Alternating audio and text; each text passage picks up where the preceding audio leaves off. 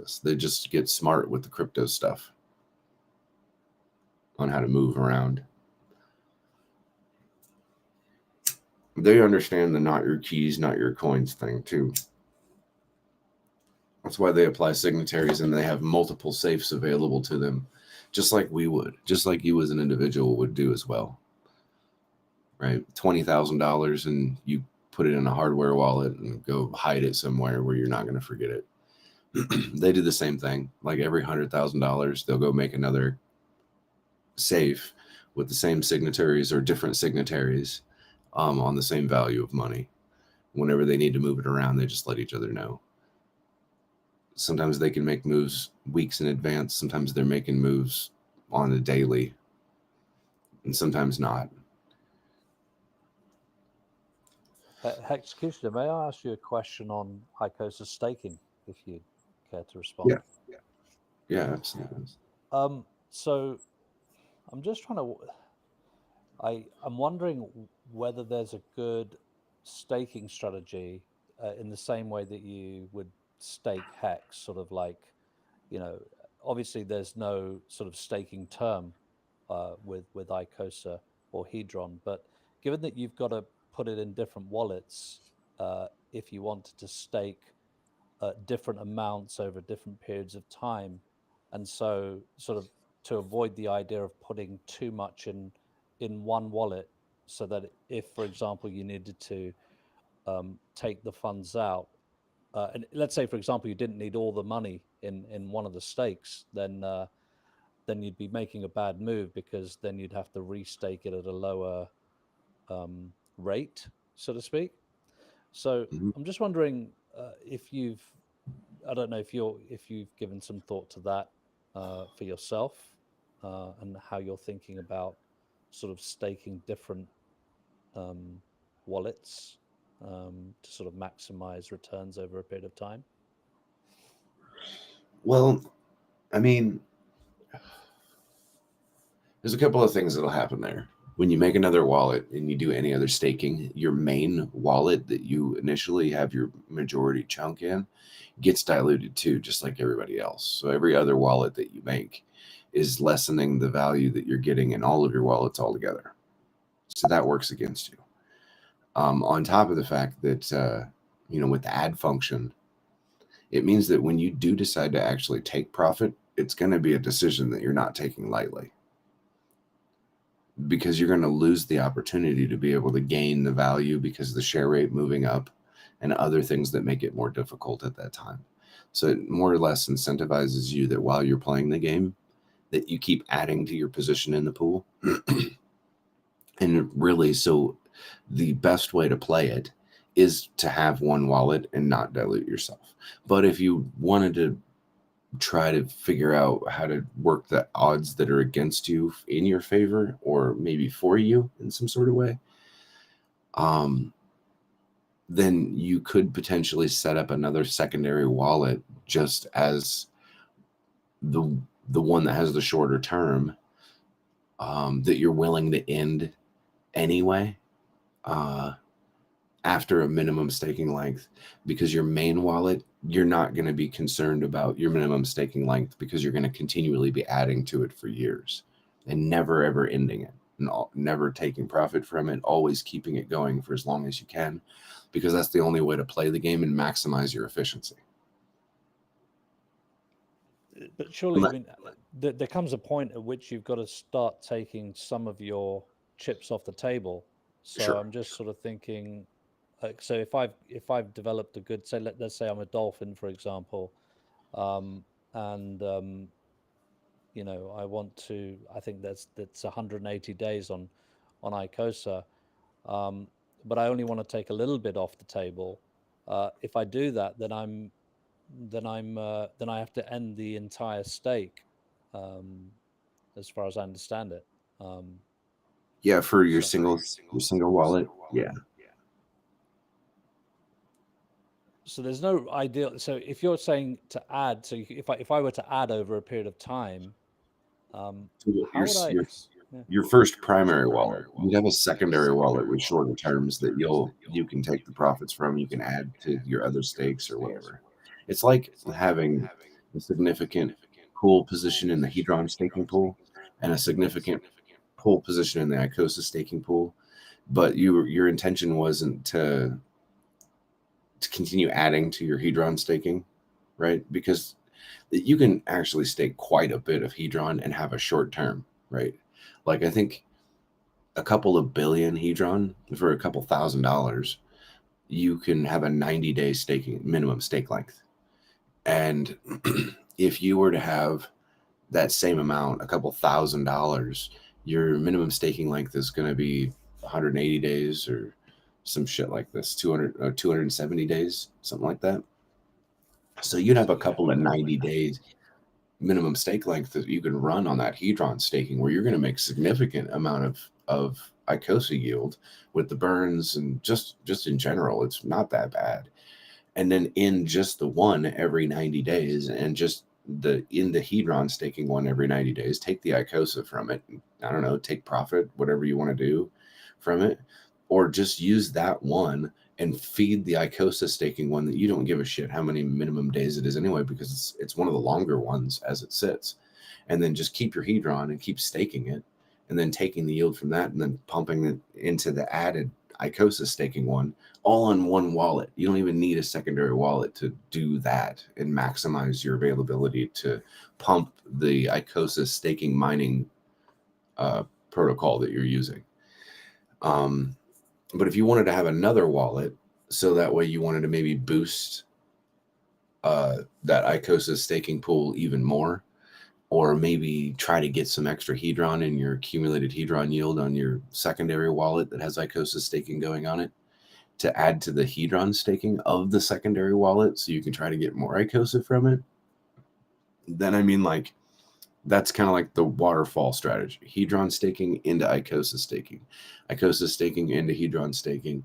It all depends on which one you call your primary and which one you call your staking, your secondary, right?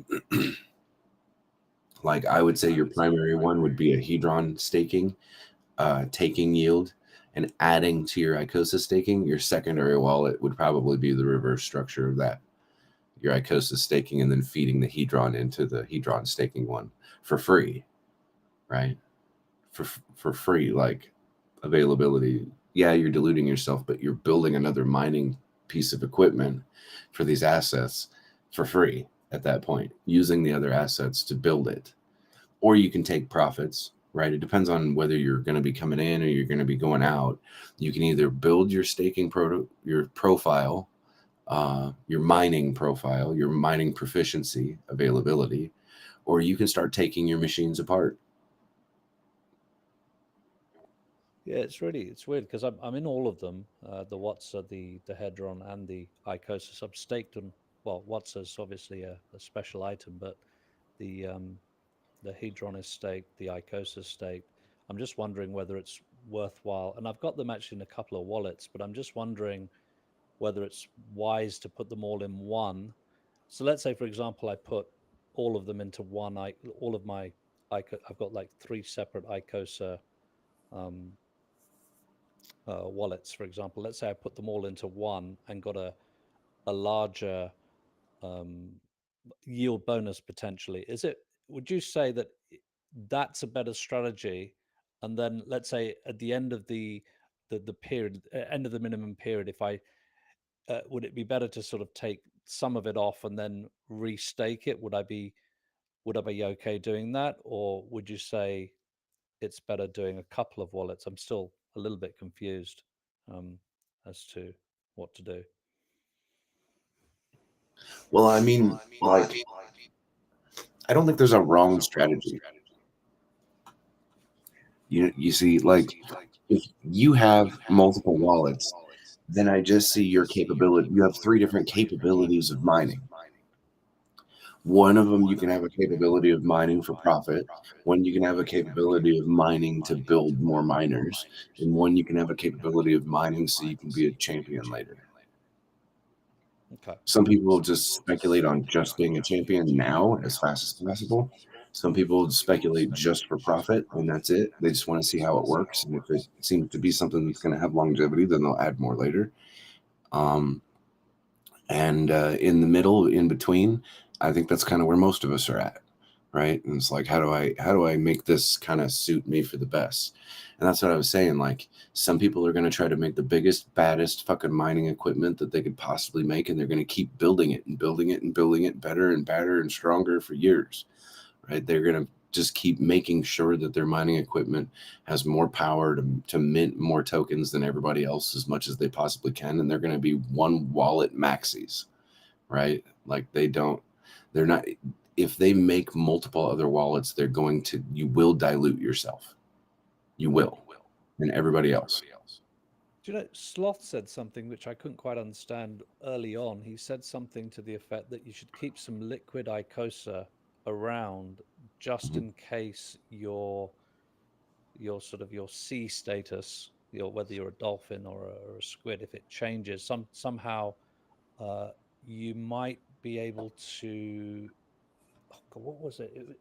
Essentially, if you topped it up a little bit, you might get an additional bonus uh, where at the same time you're actually ending your stake at an earlier time. I couldn't quite understand what he meant. Do you know what he's talking about? Yeah, because your yield bonus is going to be based off of uh, how much that you staked versus the total actual supply that's there, right? So if there's less supply on market versus how much that you actually have staked, then your yield bonus is going to be higher, right? So let's say that you had uh okay, so the total supply right now of circulating supply is only 537,000 Icosa, right?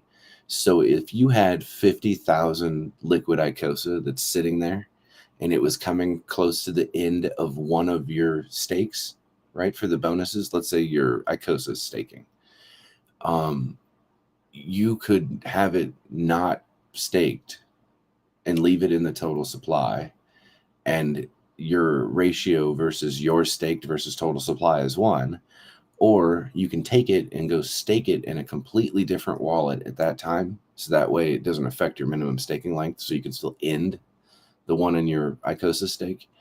And that supply could go from 537,000 down to 480,000, and then your yield bonus would go up for everybody because the ratio's changed now. Less total supply versus more of the actual staked supply, and then you'd get a higher bonus before you end that particular Icosa staking pool that you had.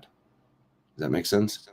Yeah, so if I understood you correctly, so you essentially you could manipulate the supply. So by taking the 50,000 off and staking it, let's say you've got um, you're in a you're in a whale state. You can essentially get a higher um, status on your existing state for the accumulated yield that you've already got with the Yeah. bonus. Okay. Well, because before it was like, if somebody came and used the buyback function, which it happened, and somebody would get like 20 or 30,000 Icosa for coming in and using their hex and making an HSI and turning it into the buyback function, that you would see the total supply jump up significantly and then disappear. It'd go from, you know what I mean? It'd go from like 100,000 in a couple of hours all the way down to like 10,000. So it was It was making, around 900,000 before, wasn't it? Like when it first launched in August, it was around 900,000 to a million. yeah. Um, Now the total's actual staking supply, like what is actually okay. So the actual supply, circulating supplies, 537,000, right? The staked supply is 17.3 million. So it's pretty much all of it is staked. All of it. Almost all of the Icosa in existence is pretty well staked. Whatever the percentage of is 537,000 versus 17.3 million is the Ah, percentage so staked to in liquid. essence, if when all that staked becomes after the 360 days, you could be in a situation where you think you're a whale, but you're not if it's all unstaked.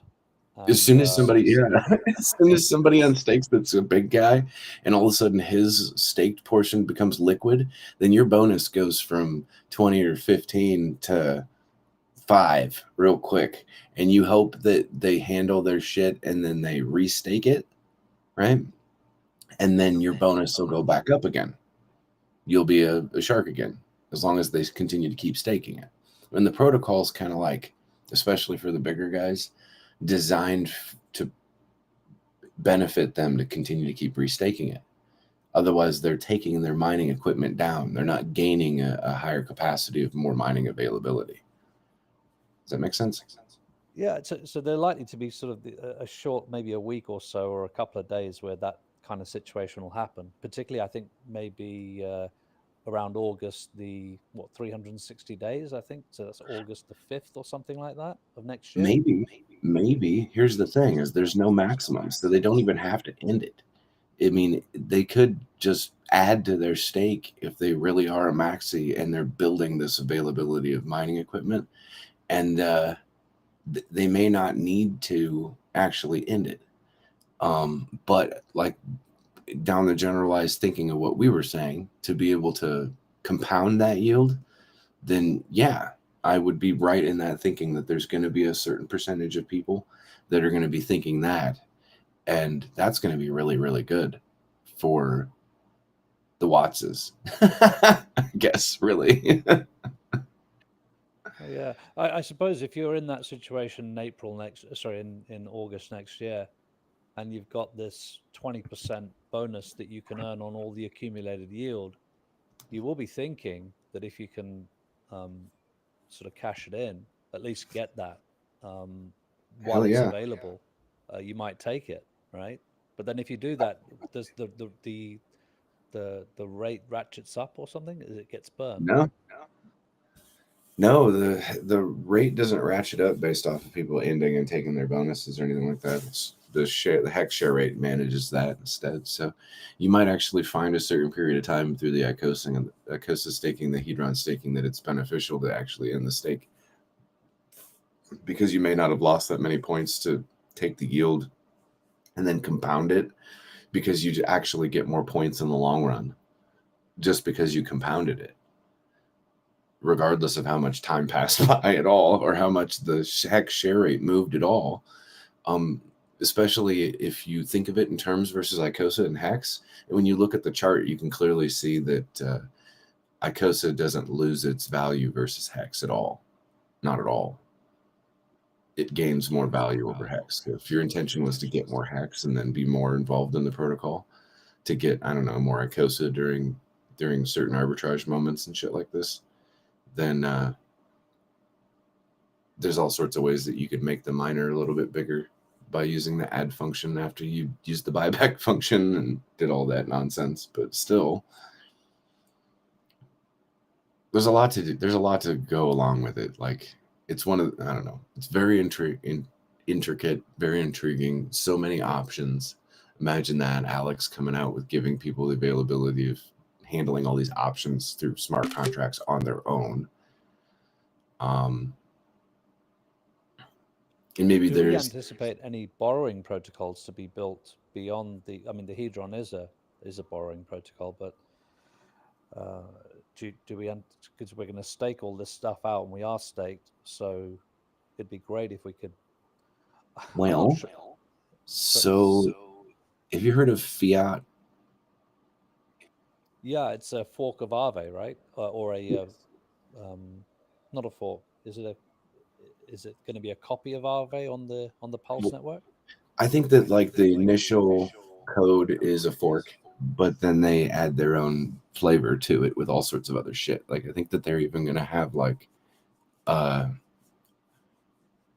flashbot capabilities too, arbing capabilities also, and they are going to be launching on the Ethereum network. Is this stuff safe? You know, uh, can we actually borrow responsibly and accumulate wealth over time? That is a very loaded question, and you know that, right? assuming I'm doing, let's say, 20 to 25% loan to value, or something reasonable, and I'm not going for that sort of seven. Is there a way of doing this? Because Yeah, my whole thing here's the is thing. not to. I don't want to. We're at the we're at the bottom of the market here, and I want to keep hold of the assets that I like and not get So rid of them. But then, so here's the thing. You know how we don't like when we're having like a pump and then a bunch of traders come in and they sell the price back down right back into where liquidity is at, right? It's because they're extracting yes, value, and generally it isn't all the liquidity providers that are doing that. There's actually very few actual liquidity providers in comparison to all the traders, right?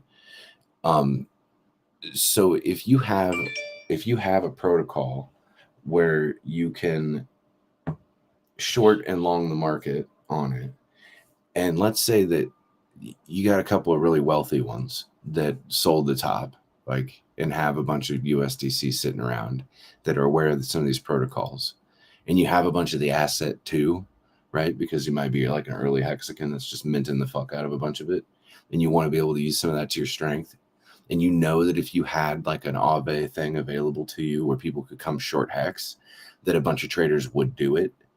And if you were happen to be one of the people that were tired of the traders, then you could utilize this protocol to borrow off of some of those assets and just go wreck every single fucking short that got put in.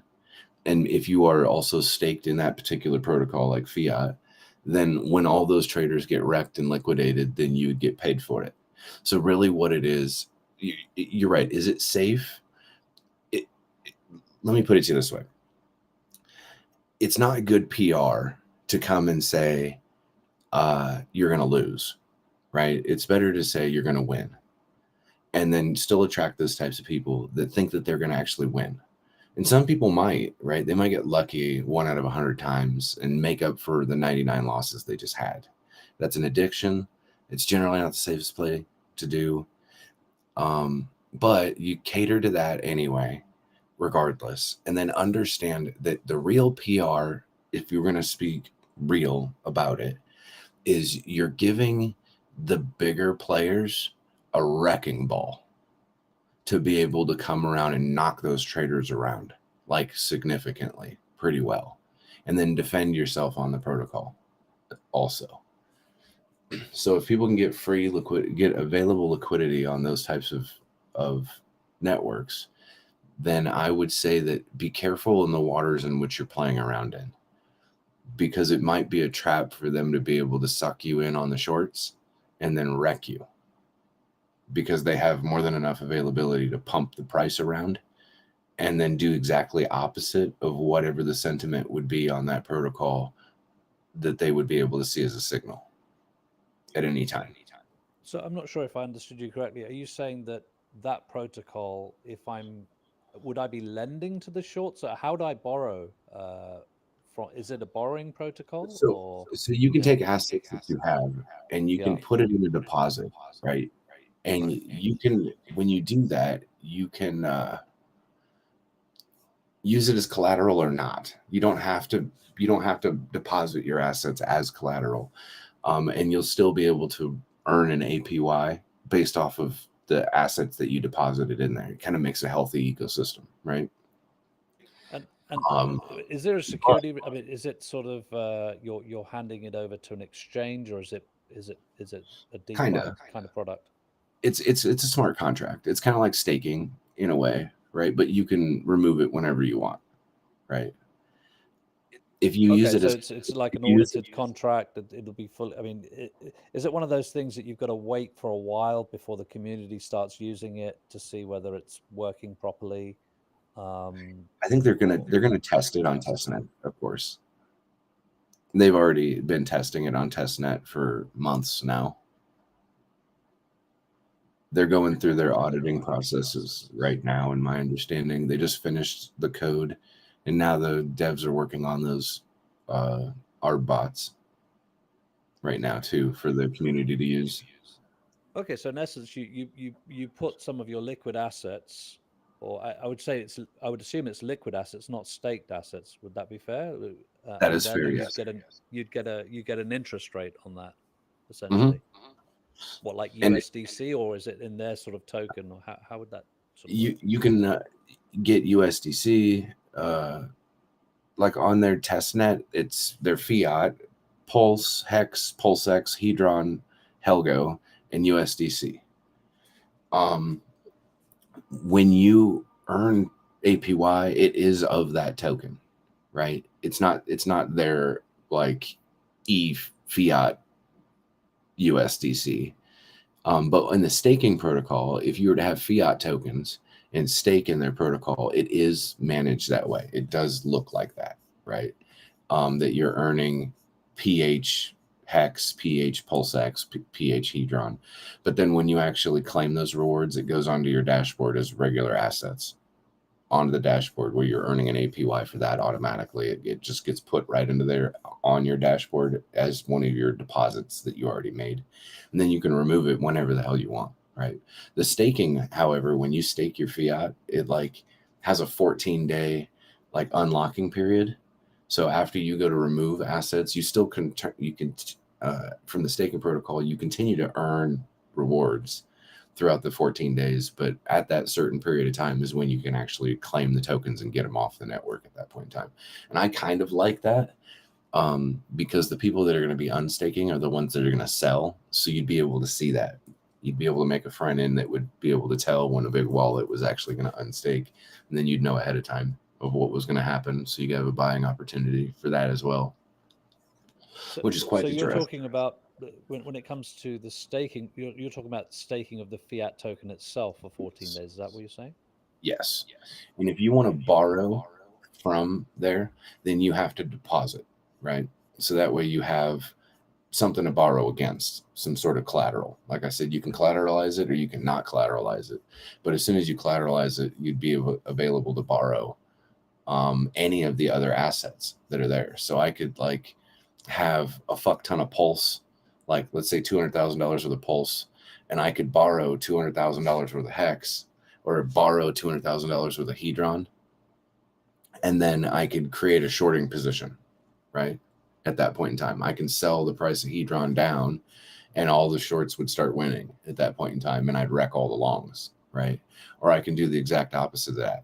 I could go in with that $200,000 worth of Pulse, and I can get $200,000 worth of USDC, and I can start pumping the Hedron price and start wrecking all the shorts. And I could do it for weeks, days, and just wreck the fuck out of them for as long as I wanted to. So I mean, as long as so as soon as they launch it on Ethereum, it's not going to be fiat. Well, it'll be e-fiat that you can stake. Then it'll, instead of Pulse being there, it'll be Ethereum. And I believe they are going to have Hex on there. They're going to have Hedron on there. And I think they might have Icosa on there too. So not only So can would you you say use, most of the people that actually do borrow, they use it to speculate to go short or long? Is that essentially what most people do? Or do they actually use it to sort of extract some value over time? they can do that too, because you can get value right away without selling it across the market, right? You can just get USDC straight from them and just let yourself get liquidated and be happy with what you did. And in your opinion, do you feel that it's as good as, say, liquid loans, or are you a fan of liquid loans, or the way that protocol is done? Just it's a totally different thing. It's a totally different type of protocol than like liquid loans. Liquid loans, like you can borrow USDL. That's it. Their stable coin. And because of that and how their protocol works, a lot of other front ends like fiat will probably use USDL as a stable token. Like it's probably going to be pretty dominant. USDL, it's got a pretty good hold on a lot of front ends right now as it sits. So they're looking pretty good, like how they're all managing and working together and stuff like this too. Like they're having all this extra time for Pulse Chain to be launched is really allowing for a lot of these new developers for the front ends that are structurally make things more available to operate with and make it more sound are really working well together. It's nice to see, as a matter of fact. Anyway, right now, people, if you go to Aave right now and you go look and see, the protocol works pretty much kind of the same way. You deposit assets in there, but they only allow you to deposit certain assets. That's it. You're kind of stuck with whatever they allow for you to actually use as assets to use as collateral to be able to get a borrow in the first place, right? And Hex just is not involved in any of those types of protocols on the Ethereum network. And if Fiat does this successfully, then they will, all of a sudden, Hex will have a platform for you to be able to do that type of stuff with. So, as much as, like I said, that, somebody who cared about the assets can come in and protect the asset, kind of be like their own type of OA and wreck you could long the market and come in and wreck all the shorts and be the winner, right? And do it on purpose, do it to yourself, and make a lot of money on this type of protocol if you do it right, right? Like I was telling you that some of the guys with more money can have a literal wrecking ball, but that's kind of bad PR, right? To be like, yeah, promote a bunch of people to come in here so I can, they can add risk to their profile, so they don't realize that I'm sitting here with millions of dollars ready to move the price of an asset that I may have a holding in, right? Just to make sure that they get destroyed. You see what I'm saying?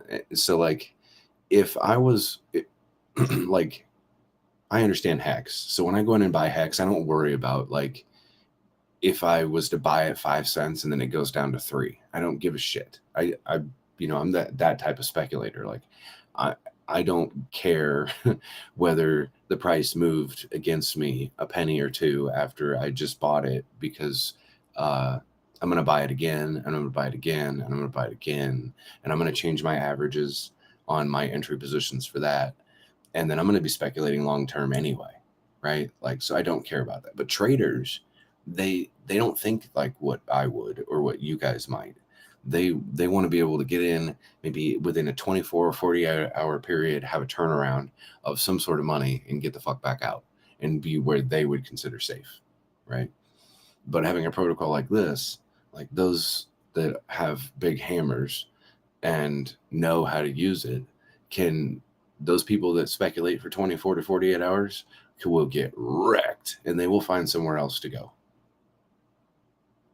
So if Fiat's launching on the ETH network, I mean, it's a fork of Aave, so is its USP that it's just going to have Hex and a few other tokens, and the Hex ecosystem, is that its USP in essence I mean, for now, for now? I think he said that there might even be SHIB, so they can add whatever other communities that they want.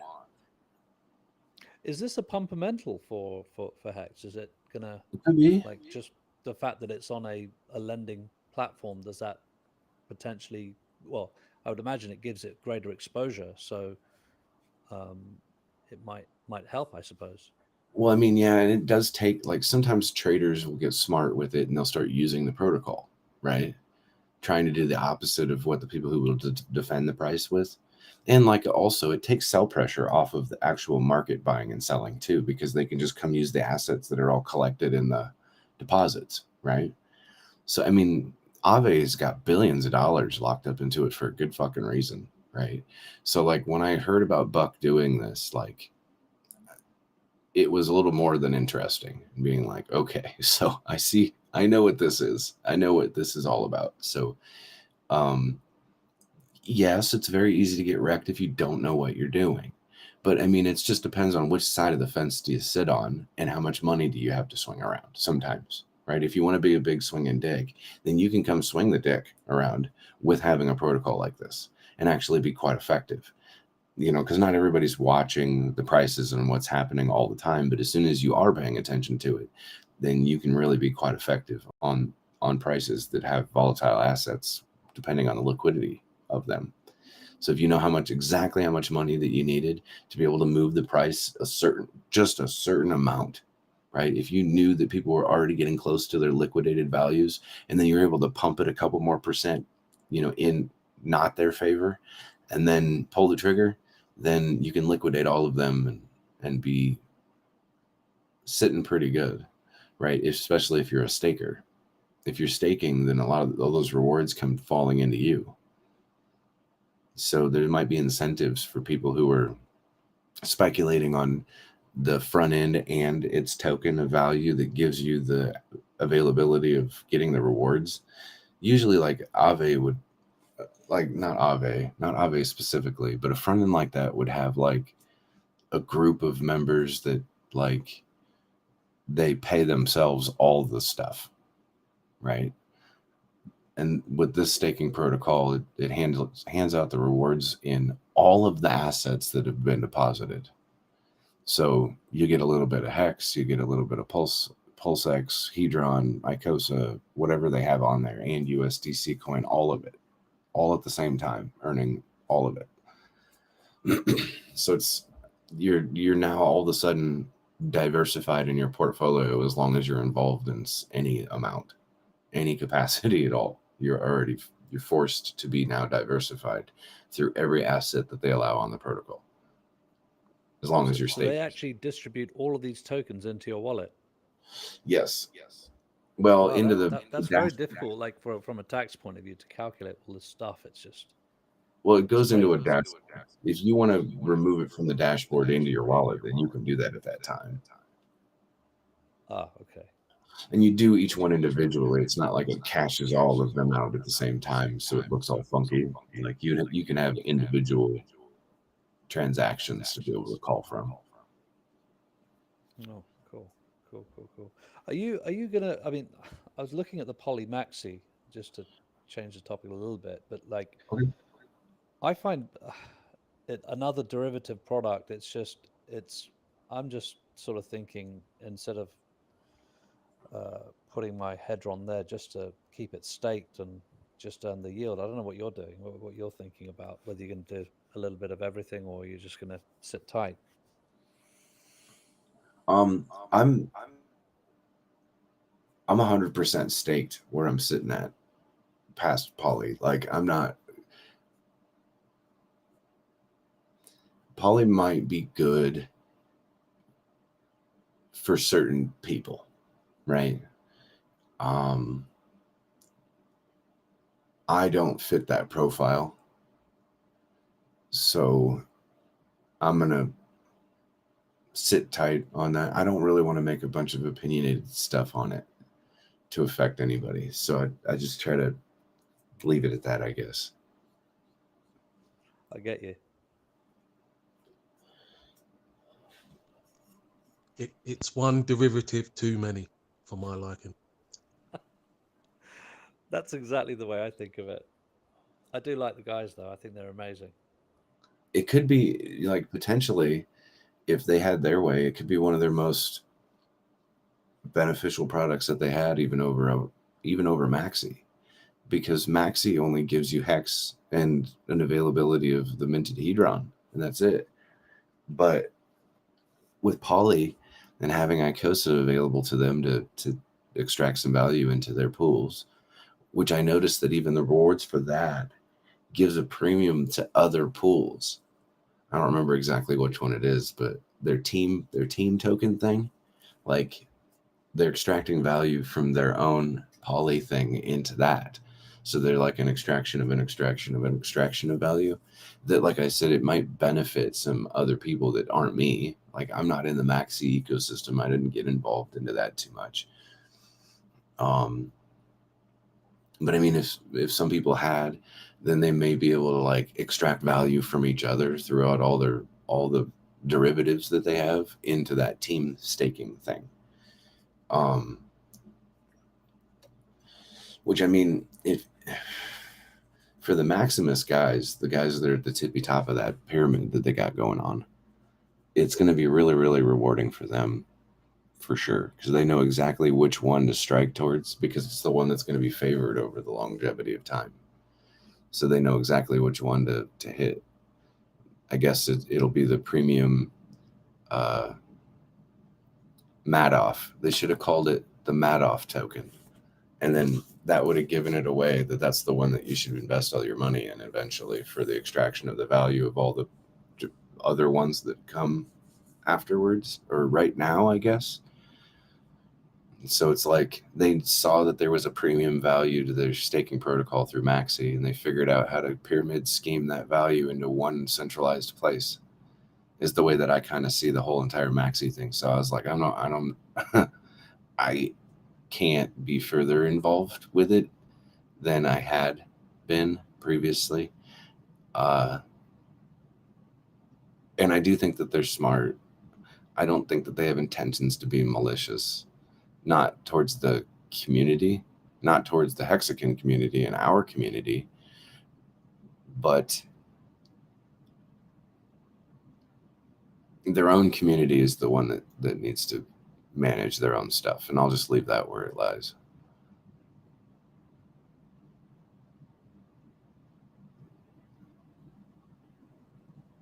My only problem is I'm heavily involved in the first one they done with, which is the Maxi token, because I like the longevity of holding a long stake and part of that.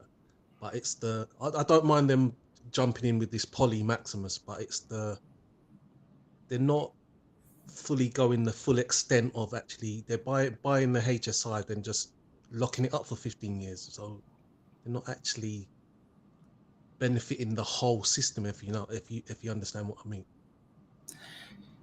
Yes, I do understand what you mean.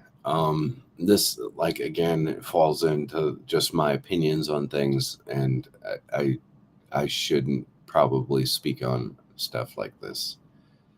I would prefer that our community had the availability of all the HSIs that we dumped into it, and somebody doesn't come along and, like, quote unquote, create competition in a different way so their community can take value from it.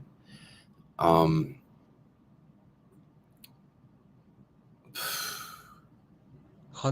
correct. 100%. Yeah. But Execution, do you see it as their community and our community, or do you feel Alex that is a genius. we're all one? Alex is a genius, and he built this whole system to work as a loop system, not to. Yeah.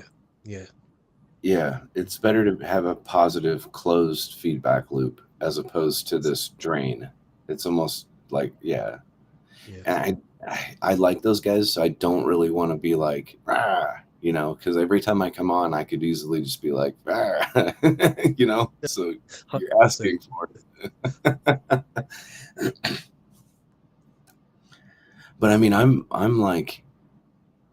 all about Hex and Hedron and Icosa and the Pulse Chain initiative and the things that are building on top of it, and like the tight knit group of founders that you guys probably aren't really that aware of because you guys don't get those types of conversations in the background. And I know because the small group of people that are exposed to that, I know how many there are. There's not very many. There's like less than 20 people. So it's nice to be able to see. So to have the Maxi thing, like, and having these opinions about it and stuff like this, like, I don't know if it really matters, honestly. I don't know if it really actually matters. As far as my understanding, like, poly isn't like a thing that continues going on forever. There's only a certain time period of length in which they're actually going to be bidding anyway, and then it comes to a close, right, where they have to start the contract to give the poly tokens to everybody in the first place. So unless they make a poly 2 and a poly 3 and a poly 4 where it starts looking like a vampire attack, right, like they did with Hex, they made 5 other derivatives. So think about that. They come up with poly, and they can come out with 5 other derivatives and come at us again and try to take more HSIs. He was even talking about going and being in, like, taking Wattses, like trying to buy Wattses, or incentivize people to turn in their Wattses for this other whatever it is thing that he can have to incentivize people. And therefore you're not going to have Wattses being burned. Right. And that really kind of defeats the purpose of the whole fucking thing when it comes to Wattses and having this king of the hill mentality type shit. And I believe Zhao even said something on Twitter about it. And his response was, well, it's all open source code. And and everything inside of me wanted to treat that like an attack on me personally, right? Why I feel that way exactly, I don't know. I mean, obviously emotional type of attachment, because I've been here since day one and always been about this, and saw that this is where the real strength and power is, right? And not this other thing, right? With Maxi. At first with Maxi, I was like, yeah, a lot of hex is going to get locked up. That's great, right? And then with everything else, I'm like, yeah, some more hex will get locked up. That's great. And then for some reason they start coming after the HSIs and the Hedron stuff, and I'm like, I don't like this at all. I don't know. It's like, Hundred Hey, percent. I think it's a bear market, and the guy's bored. yeah. I think it's But more. isn't their ethos all about saving on gas fees? I mean, what's your thoughts on that? Well, yeah. Okay, sure. Save on gas fees. That's fine for the hex and the hex stakes and the HSIs. That's fine for ending them in 15 years. But like that means that would suggest that the only ones that they're going to bid on are the ones that are 10 and 15 years, because maybe even 7.5 to 15 years, because who knows what happens with ETH prices. And you can speculate at least that far and be like, well, it could get pretty bad 7.5 years, so maybe they could be helpful to those people. I'm not any of those people who give a fuck about that, any of that. I don't care about the ETH price in fucking 7.5 years from now, so I don't give a Exactly. shit. So I mean, it's a marketing 7.5 thing, years. I think, so if anything, to get a bunch of people to pool money together where they have control of it and you don't. I don't like that shit. I don't like to have added contract risk too, right? Like, That's middlemen. That is. well, That yeah. Then you have third party, right? Then you have a third party security issue there, right? So never mind that, third party counterparty risk, excuse me, is counterintuitive enough, right? Having the middleman.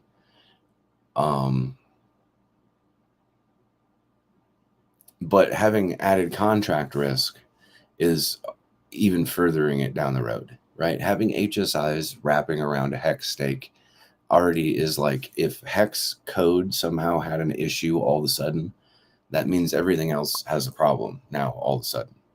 So then or if HSIs all of a sudden had a problem, then hex stakes would be fine, but anything that was attached to that would now have contract risk with it as well.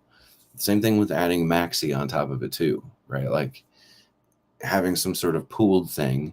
Could you imagine that everybody that got into Maxi after 15 years, when they came and redeemed, they found out that the code wasn't audited, to find out that after 5,555 days that the code actually worked? I've actually tested protocols that every single day to end the contract worked, but the final day of the contract was the only day that didn't work. It didn't work. You couldn't end that stake on the last day of your availability to have it on that stake. Thank God we were testing that, all of it was being tested and it was available to be changed. But I mean, that shit happens. It happens. So imagine that. And then all of the derivatives too. Oops, they didn't test them enough to know that. They don't find those things in the audits. Sorry, they don't. They come through actual beta testing and actual side on another network actually doing like hard hat projections and things like this. Like testing for real, doing it. Obviously, you can change the days that as one day passes, like 300 days actually pass on the hard hat thing, right? You can ramp up time so that way you can get to the end result of the stake and then end it on that particular day. Do your short-term staking so it isn't 300 days per day, it's actual day per day. So 30 days is actually 30 days, and then you can end a 30-day stake, and then you know that it works, things like that. But I wasn't involved in their staking, in their stuff, right? I've been involved in a couple other projects, which I'll remain nameless, but not any of theirs. So I don't know. That would suck though, because nobody would be any wiser. Nobody would have any fucking clue. Nobody would know a damn thing until everyone came in to redeem their shit and it didn't work. Oops. Gonna have to redo it all over again, guys. Just relaunch it with a bunch of assets that can't just be made by your protocol that wasn't the protocol that initially made it in the first place. So you gotta be careful. I'm just saying that would suck.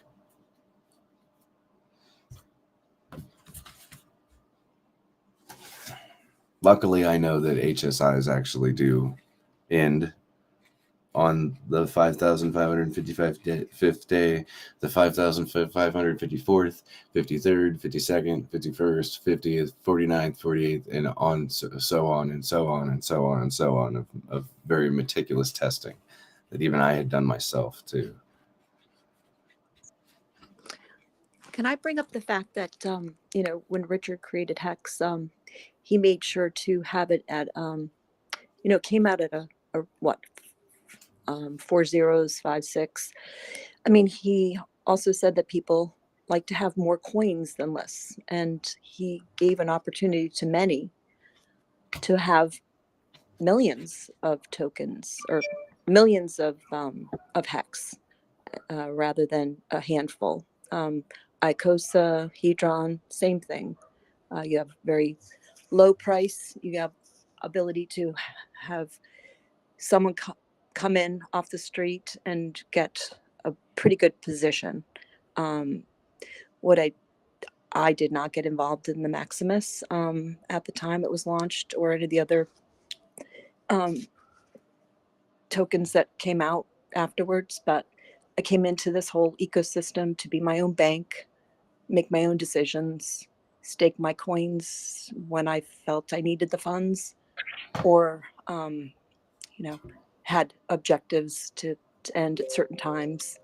But I mean, I do understand the reason for it coming out, because I did end a stake. It was pretty expensive, $600. I think during the last summer, I think we all had witnessed people talking about the expense, but I really don't want to see projects within the Pulse chain kind of having conflict with each other. I hope we can, maintain the integrity of each project and allow the small player to still be able to buy HSI stakes and be a player in the system, rather than one entity obtaining all of the choice HSIs.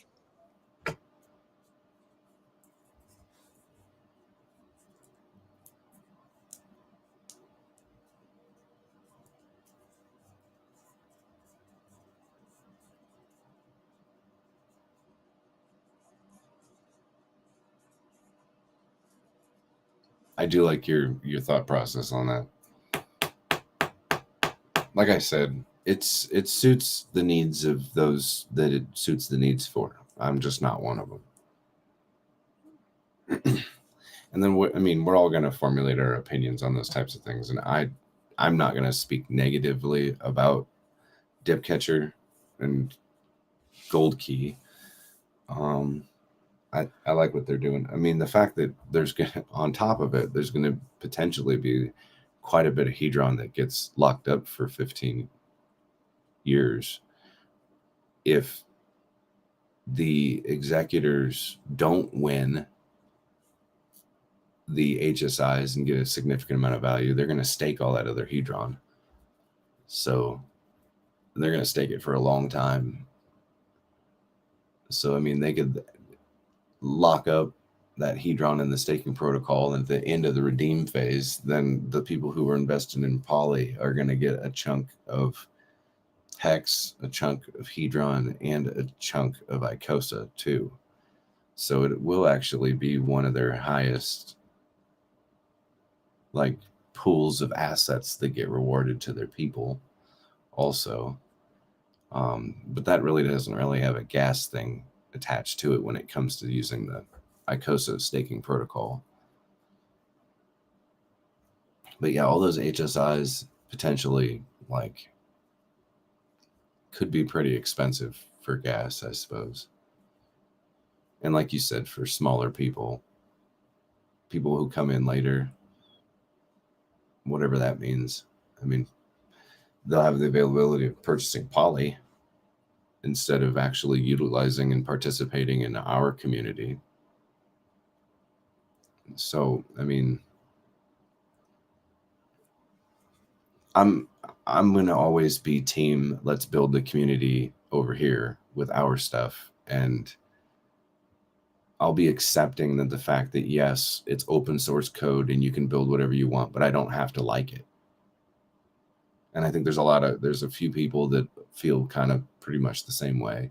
And as neutral as we possibly can be about it, I will not be neutral about Hex, Hedron, and Icosa. I'll always be positive about what the potential that those have. And I'll do my best to speak about negative and positive externalities of the other assets as much as possible. But it isn't my opinion to try to create some sort of rift or an indifference between two communities at all. I think it would just be relevant for me to speak in terms of this community and what they see as benefits and what could be negative for them on how their community is built versus what we have here, right? And the reasons why our community is better than them anyway. I prefer that our community participates and understands how to use the protocols that we have here through Hex and understanding, yes, Maxi might be good for you for Hex because we all know that Ethereum network is expensive, but it was going to be neither here nor there when it comes to Pulse Chain.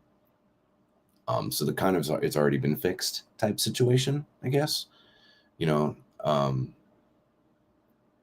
and then the derivatives that come off of those types of things. I mean, it just is what it is, man. Whatever. I'm fine with it. Lock up more Hex. We're all Hexicans. As long as we keep in our lane as far as being Hexicans and trying to do the best thing that we can to proceed to push Hex, then I'm good with that. Attaching other things that are built to try to help the underlying asset to it is where I kind of get like, what the fuck is your problem, bro, about it? Like, quite literally, I get that way about it. Like, go shoot yourself in the foot. Like, quit this. We're trying to be helpful, but you're taking money out the back end. Knock it off. Yes, you're taking the piss. Yes.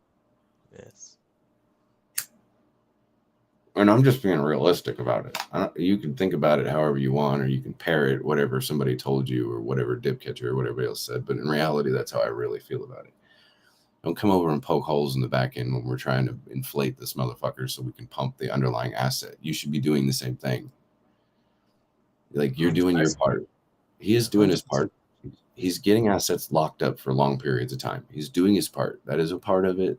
That's part of the procedure of actually participating. But when it comes over to Icosa and Hedron staking and the HSIs and the buyback function and having this positive feedback loop that us as a community can utilize on our own and create our own wealth and be able to have these things to ourselves and having them come with a vacuum cleaner on the back end and try to stick it to our asses is kind of a slap in the face. And I don't care what he says or anyone else says. That's the way I'm going to always feel about it.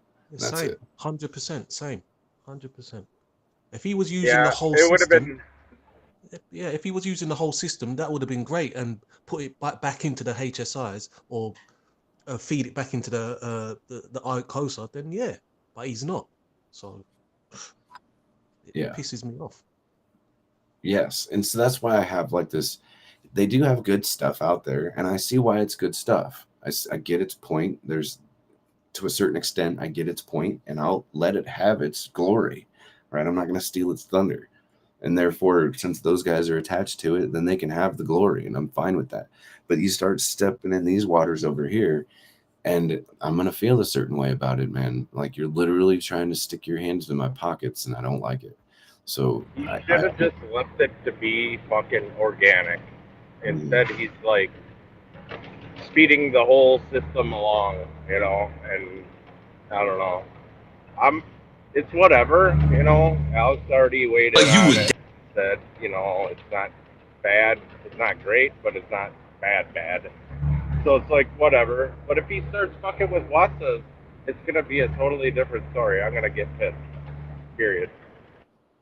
I've already come to grips with how I feel about it as far as being pissy, I guess.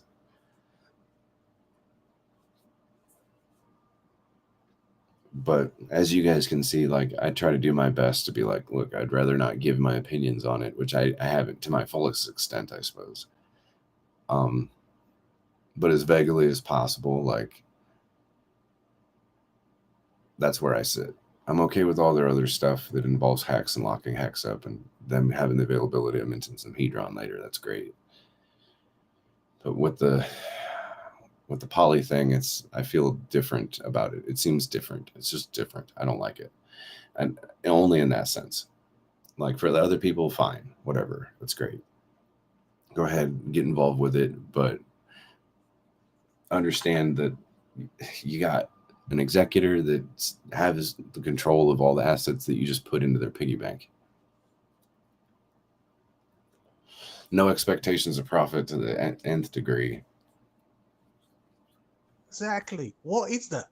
And I've got a big Hedron war chest, and that has just made me think, what the fuck is going on?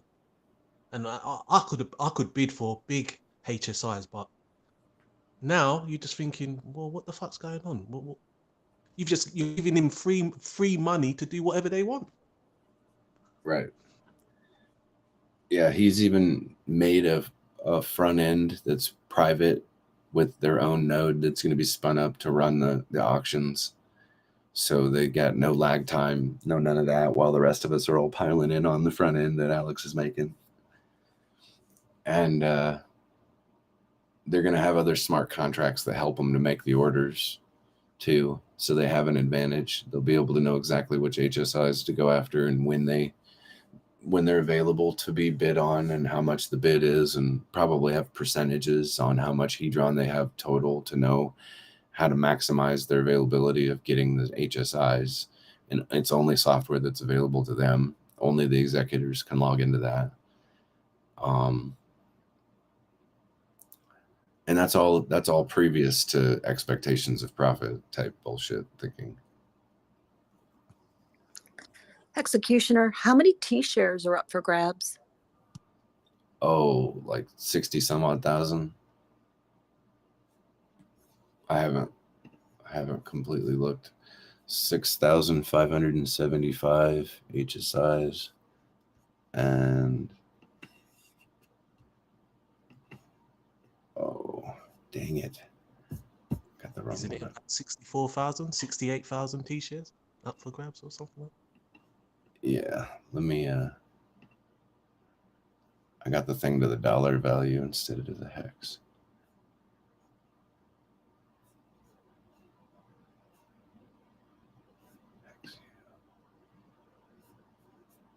There we go. 68,000 T-shares. 561 million hex locked up into those HSIs. And then, there's so many.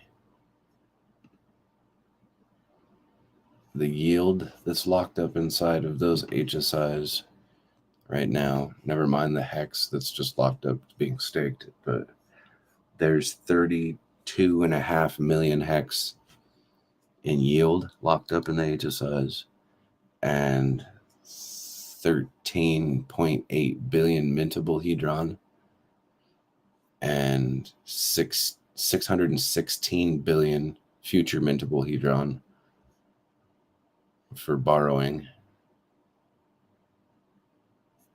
available on those HSIs. I know I'm giving you guys a lot more information than what you asked for, but I don't think you guys are too worried about it. Yeah, that's a war chest. That's wealth redistribution. Yeah. I'll give you the dollar values of the hex that's in it minus the T-shares. We know it's 68,000. And then the hex yield and the hedron mintable and the future. Oh, oops. So the hex, $25.8 million worth of hex just staked, locked up in those HSIs. It's almost $26 million.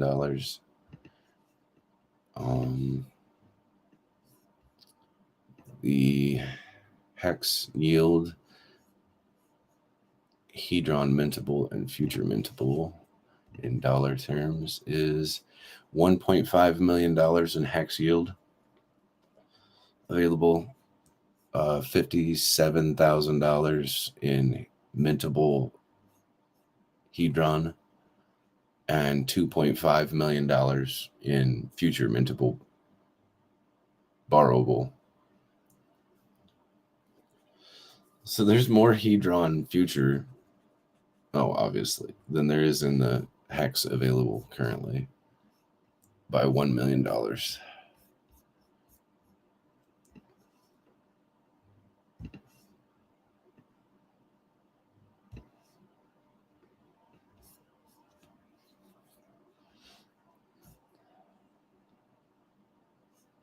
So, yeah, that is quite the war chest. Almost $30 million.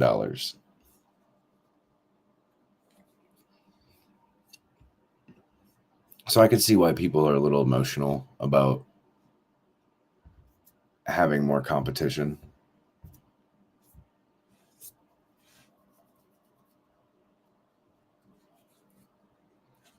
Like, at least in the real world understanding, like, we don't know who the competition is. Like, the competition could or could not be there, but now there is, for sure. Absolutely. 100%. Like, that cuts out some speculation in a certain respect in some people's minds.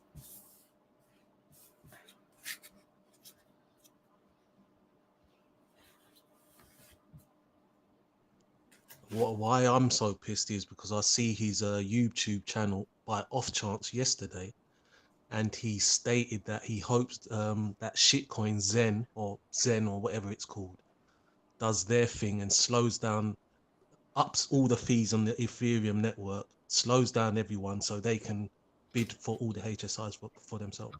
And that's what has pissed me off today, because I didn't like the way he Dude, said it. really? Really? He Yes. said that? Yes, go Because and watch his YouTube video from yesterday. I, And that's I what he believe said. you, but like he didn't he just come out with a fucking another pool for the gas? Water. Yeah, water. Yeah. Yeah. So that's So what's wait, pissed me off today.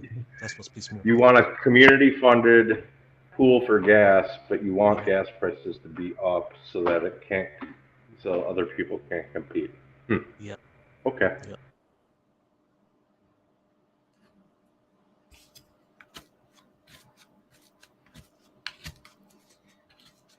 Yeah, I don't like that.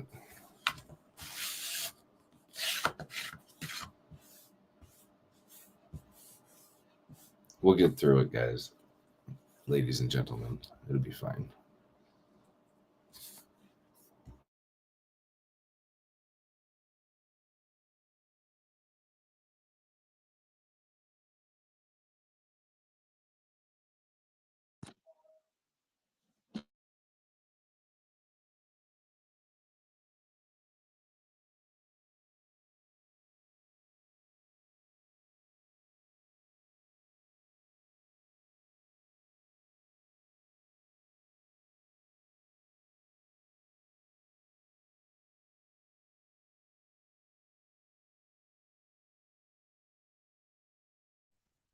Well, I'm gonna leave you guys to it. I'm gonna slide back into the shadows, and I wish you all luck. I wish you all a good rest of your day.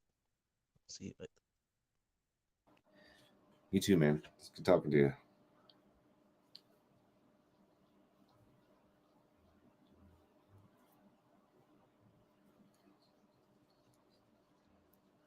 I mean, either way, like, I'm staked. I'm gonna get so much fucking yield. I don't give a shit what happens. People can compete. People can do all these things. They can talk about it, yay, nay. Rah rah, shish boom bah. Get more eyes on it. That's all I care about. Get more people involved, more participation, more HSIs dumped in there. We'll be fine in the long run. The thing's built to survive.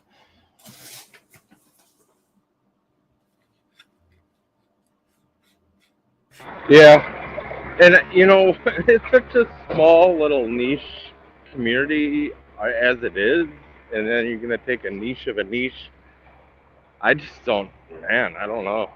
I don't know how well it's gonna go unless you've got some big whales interested. But why would they? Well, I mean, like the Hedron deployer contract could.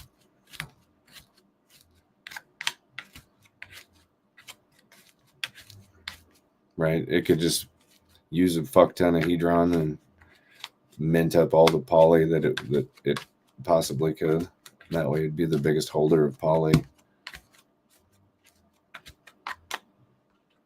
Be the biggest holder of maxi, the biggest holder of poly, be the biggest holder of all these things.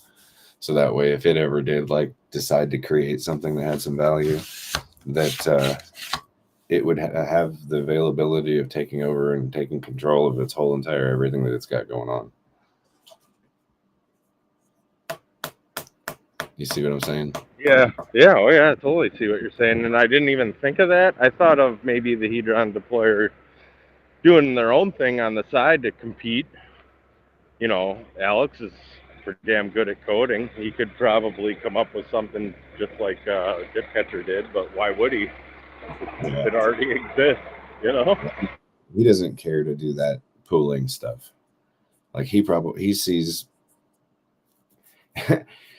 he builds for the individual to be as efficient as they possibly can for their own yield and be able to make their own choices and all that stuff.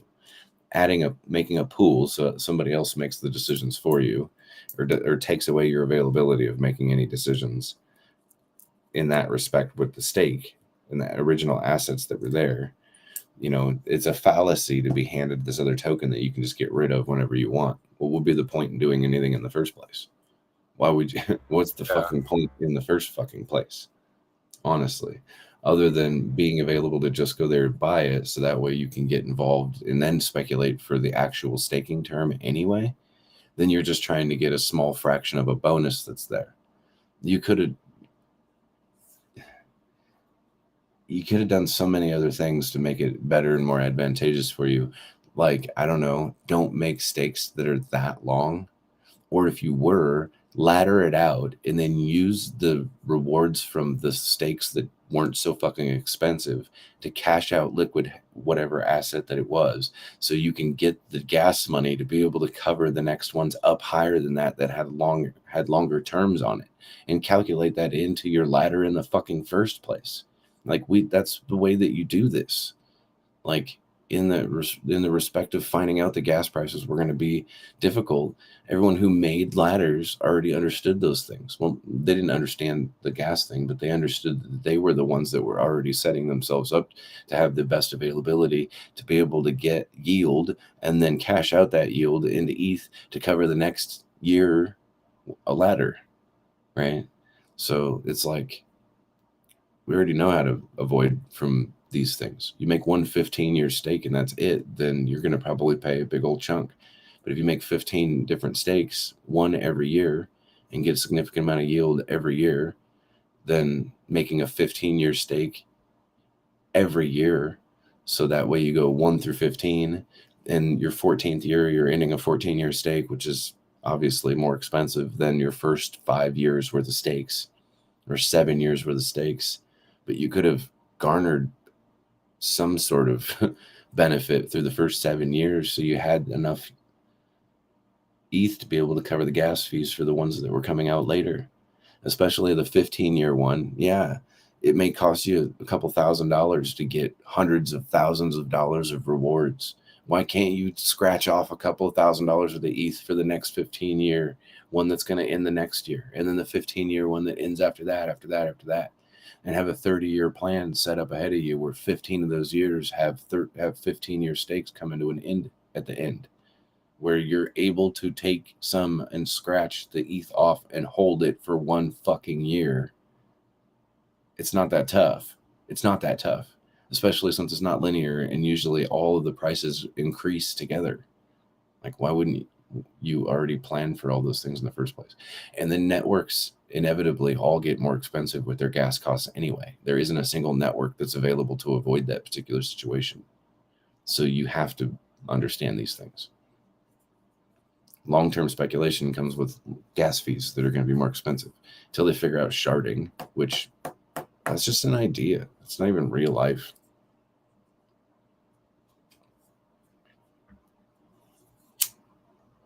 Pulse channel fixed things for, I don't know, 10, maybe 15 years before it gets expensive as fuck, too.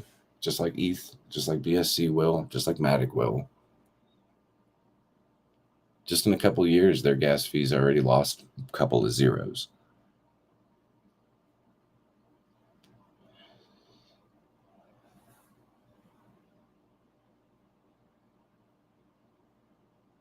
We'll be fine. I know when it comes to the end result, we'll be fine. Hex will be fine. The other assets that are attached to it will be fine. Maxi, I don't know. They keep locking shit up. That's fine. Whatever.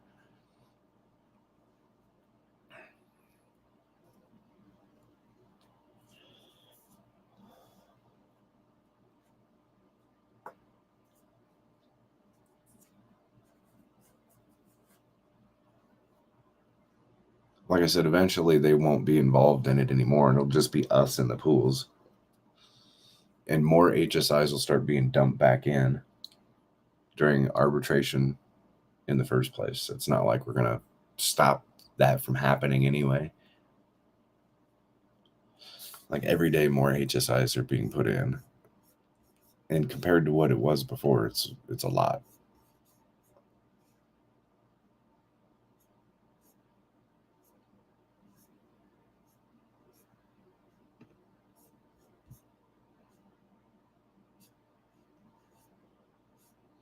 It's also forcing those who hadn't minted to mint their Hedron into existence. So that way we can get the fully deployed amount of Hedron that's actually supposed to be circulating into people's hands so they can actually circulate the shit and get it out of their hands. We can have more organic movements with the prices and shit. And then as people actually are building days that don't have 800 days of Hedron built up into their stakes like the original Hex stakers, then things will be a lot more organic too. Less opportunity for volatility, more opportunity to burn more Hedron, get more Icosa, get more Hex, feed the monster, create more Hedron yield as it's being burned. The only way eventually that you'd be able to even make Hedron is by staking Hex in the first place.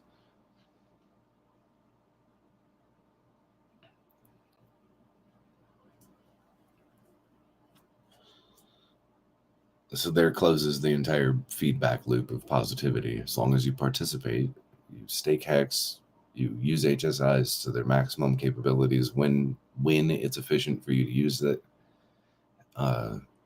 Be in the staking protocols, understand the rewards that you can possibly be available to have while you're in those staking protocols because of the auctions that are happening at the time, because of arbitration and people being incentivized to go make an HSI just to dump it and let it get liquidated into that particular auction, is an additional feeding of the monster that closes another positive feedback loop. After you decide to cash out rewards or get incentivized to be bigger into your pools, either cash out or you build your mining protocol, right? Cash into more Hex, go get more Hex at a better price, make more HSIs, take advantage of the arbitration, get more Icosa, add to your pool, make a bigger miner.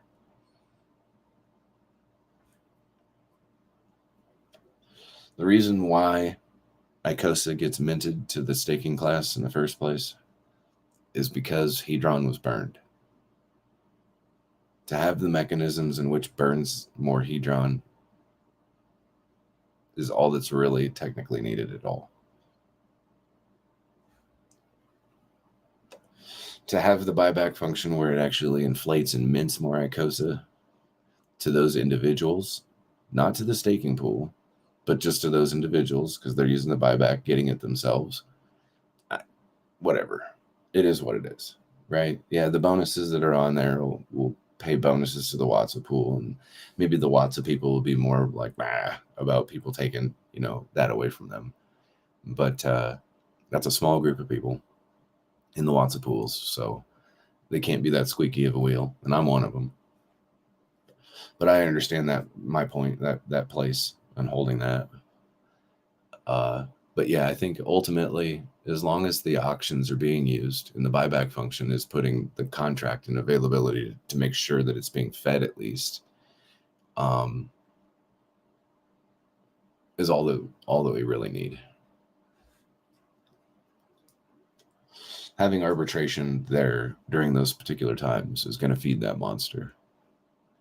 Having poly involved for, I don't know, 14, 30 days during some bidding auctions, and then they're closed and they're out of it, means that we can just keep on trucking after they're gone and they got their value.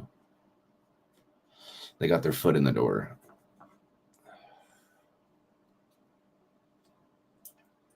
Executioner, would you speak to how often should one mint their hedron from their stakes? Say you've got 10 to 15 year stakes, you've got the opportunity to mint and stake, or you've got the opportunity to just leave them where they are. Do you yourself sort of ask yourself, do you sort of say, okay, I should mint, let's say, once every 6 months, once every year? What is your thought process around how often you should mint against your stakes and then stake it itself? I think it depends on the person and how much mintable available hedron that they have. If it's small amounts, it might be inconsequential. So then they're just going to probably hold it and mint it towards the end anyway. They'll probably speculate on an AMR bonus or something like this, like far down in the future. People who can like mint like $1 billion a year, something like that, then they might be incentivized to mint every year, or even in every 6 months just to stake it. Or speculate on price, right? Like if price did like a 10 or 15x all of a sudden, then you'll probably see a bunch of minters happen all of a sudden, right? Where they're going to take profit, which wouldn't surprise me any. But that's like a thing, like what I was saying earlier about like my view on things that incentivize people who are backlog like 800 days, 900 days, 1,000 days, need to mint. They need to mint their shit and get it out into, whatever their intentions were at any point in time. I'm sure it is to take profit eventually for a lot of them. So they should do that. They should do it now, like as before the bull market happens. And I think that would be healthy. If, like I said, price goes up or there's other things that happen that cause for them to mint, like the staking protocols, or for them to mint because they want to like bid in the auctions or something, like I think that's really good and healthy. To just have them not minting and just holding on to their they could claim their 10x bonus and just be holding on to it for long periods of time, like really long periods of time. Like there's nothing that's causing for them to do it. Either they're dead or they just aren't paying attention at all. But they could be a riskier person to have around later, because I mean they have some serious mintability at that point in time. They'll go on like a particular list, I'm sure, for the silver, the antidotes that are out there. But yeah, and it all depends, man, like on the individual, like how you're set up. Like some people even set up certain particular HSIs to not do anything else with it, but to speculate on a long time and just use the borrow feature on it when prices are more available to utilize it in that way. Right? Like a 10x stake, just to mint off of it to cover a borrow that they maybe had. You could borrow off of those stakes to short.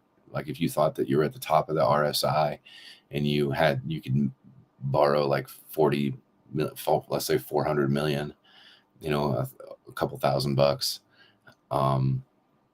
and then pay it back, where you only paid back like $1,000 and you made like $300 in just using the borrow function off of shorting the market right now as it sits. Like, there are people that can do that. I don't think that they realize that they can, which is intriguing, right? But you have to be right about that. So if you were wrong and now, price went up, and now the cost of Hedron to pay it back is more, means you just have to be at that risk for a little bit longer. 90 days, 33 consecutive payment windows of no payment, which, means guaranteed liquidation, but it's pretty hard to get liquidated. But if you had a 10x stake that's just sitting along the side, and you made a mistake or something like that, and you wanted to reduce your risk, then you can mint off of that, make up for the fact of what you lost because price went the other direction, and equalize your mistake you made and get yourself back out. Because God forbid price went up and never came back down, right? You got stuck in that situation. You had mint ability to get you back out, so you didn't get the stake liquidated, not have to spend any extra money. Just use another stake that you already had, just building, so you can mint off of it instead of borrow from. Well, you really want to borrow after an extended sort of bull run, I'd say. I mean, because Sure, it could be really, because I'm anticipating Hedron to really pump at some point, so it'd be a real disaster if you're borrowing it just when it's getting ready to pump. Yeah. Well, in the bear market, people kind of speculate for prices to go down. If you're in a short markets, then that's the best time to do it, right? Imagine you took a borrow at the top, right? And then the price went down and down and down and down and down and down and down and down until like you could spend very, very little to pay back the whole entire borrow that you had for the whole thing and end up with almost all your assets in the end result, right? And then just prepare for that in the next market. Like, you had the best short that you ever could have had right there, through just understanding the market change, and you just took the borrow and rode with it all the way down, and then paid it back at the bottom, and then rode it all the way back up and 100x your potential. Within liquid loans at the bottom of the market and Hedron at the top. Yeah, pretty much. Or you could just ride the whole Hedron throughout the whole market cycle. Borrow at the top and then pay it back at the bottom, and borrow at the top again and borrow it, pay it back at the bottom. You can, with a hex stake, you can borrow 15 years out. So you could easily, I think market cycles happen shorter than 15-year cycles. So you should be able to ride that process out pretty easily. Yeah. You spoke earlier, I just wanted to seek some clarity from you. You spoke about contract risk on, when you think of Maximus and Polymaxy, there's obviously contract risk there.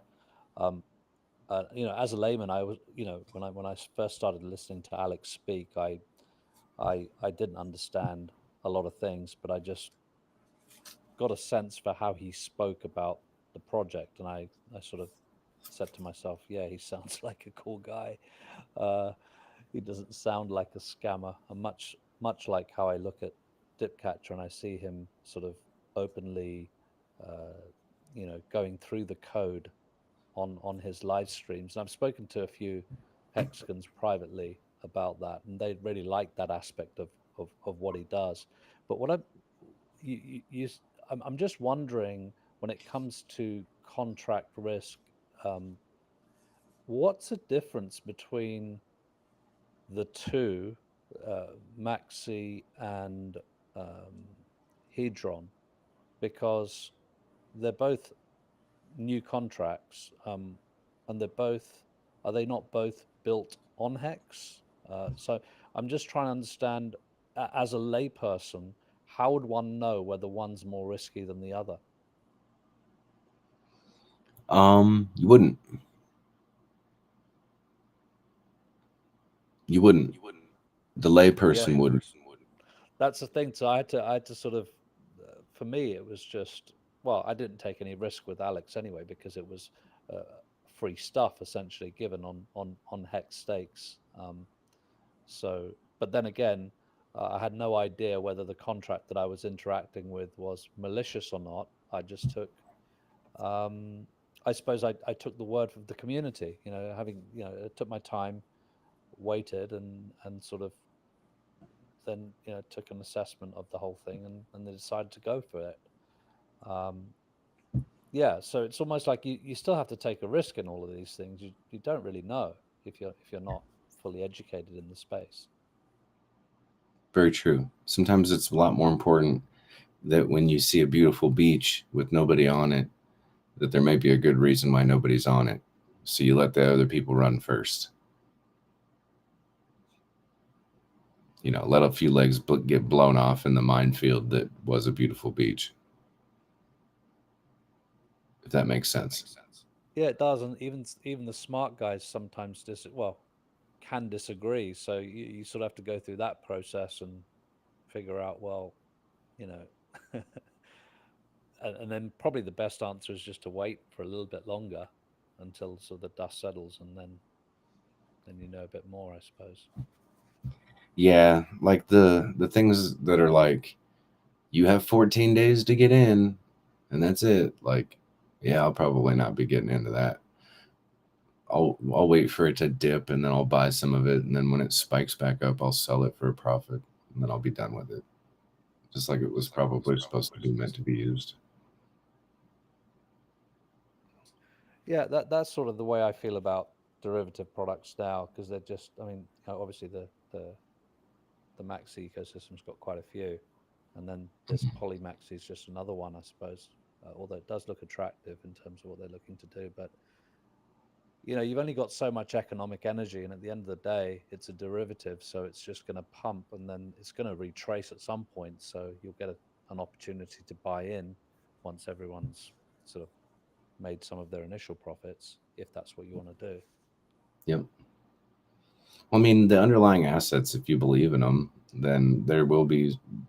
You can speculate that on the profits of your own personal choices and stuff that you have, and the profits of the underlying assets that are on there. You know, you'll be able to extract value in some sort of way, right? Like if you didn't believe in the underlying assets in the first place, then what the hell are you doing, right? Like, Yeah, it's true. The only thing is, how do it's like there's so many projects. How do you keep track of all this stuff? It becomes cumbersome after a while. It's just, what next? And you got to keep up with so many different things. So sometimes it's good to keep things simple and go with the core components, as you put it: hex, hedron, Icosa. I mean, it's just the simple components, I think. yeah, but even they're coming out with other protocols that make all the difficult shit even more simple. Like Power City has their thing that you can build like all sorts of stuff across all different platforms and not actually have to go to those other front ends, and it just utilizes it. Tetra from Reflexion is going to have like their own, like even smarter availability of adding logic to the blockchain type things. Like, I don't know. We'll have to see what happens when they unleash these things to us and see how difficult they are, or how easy they are to work, and see if it can simplify some of the stuff that's out there.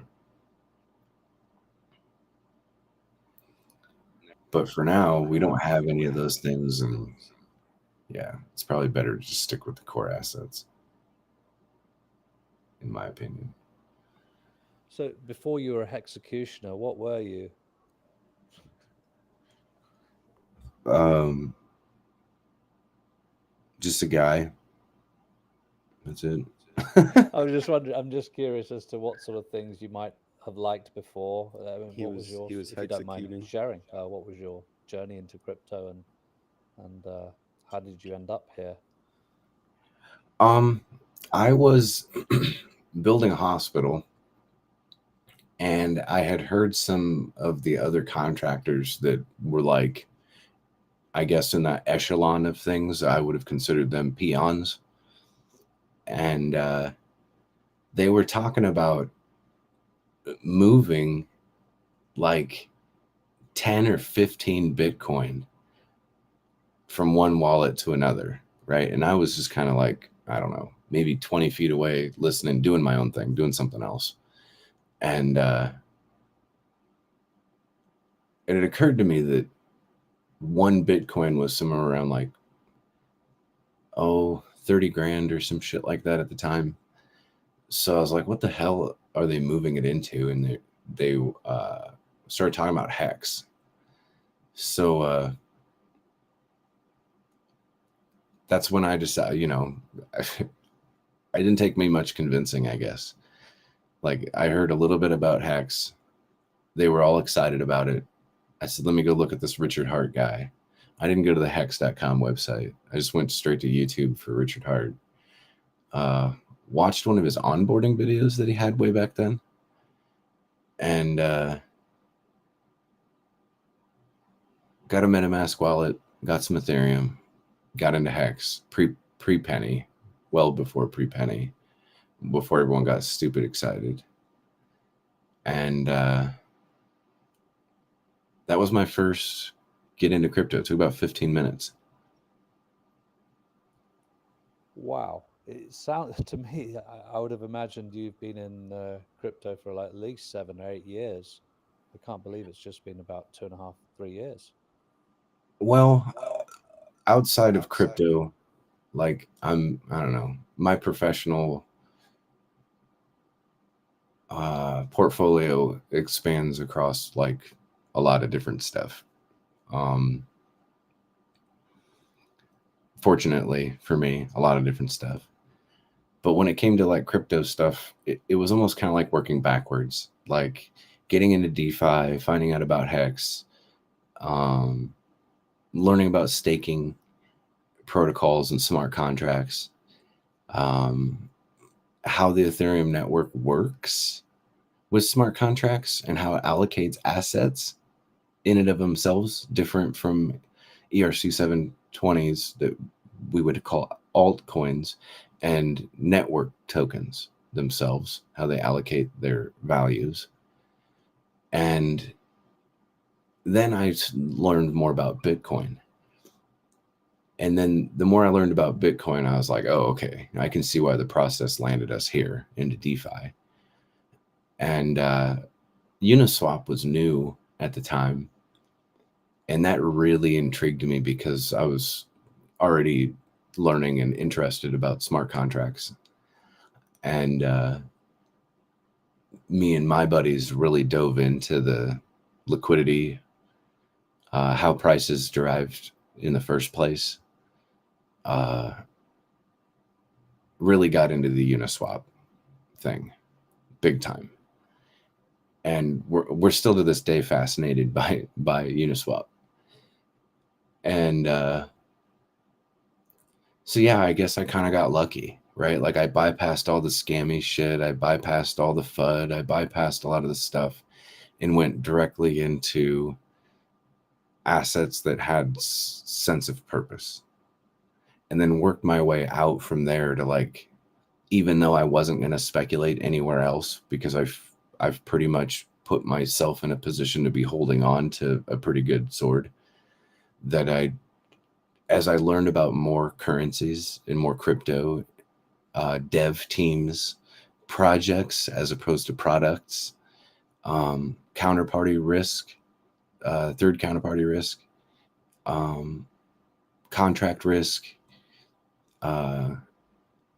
availability of like different types of wallets, security profiles. It's just very nerdy, very nerdy. So I guess it was kind of easy for me to like dive into it and have a greater understanding with the complicated stuff because that's where I had my skin in the game. That's where I started to learn about a lot of this stuff and expand my knowledge outwards, to formulate my opinions based off of somebody that didn't have like when Bitcoin, even Bitcoin being $1, Bitcoin being 10, 100, 1,000, 10,000, all the way to 50,000, still wasn't enough to incentivize me to want exposure to cryptocurrency, even though I'm pretty well to do when it comes to the fiat financial world. It didn't ever really wasn't occurrence to me to try to go grab more value from a cryptocurrency, right? Falling into watching the last rise and the availability of all the money that was there, just watching Hex in and of itself go from less than a penny to 50 some odd cents was like a cool thing to watch, right? Which I'm glad that I was staked.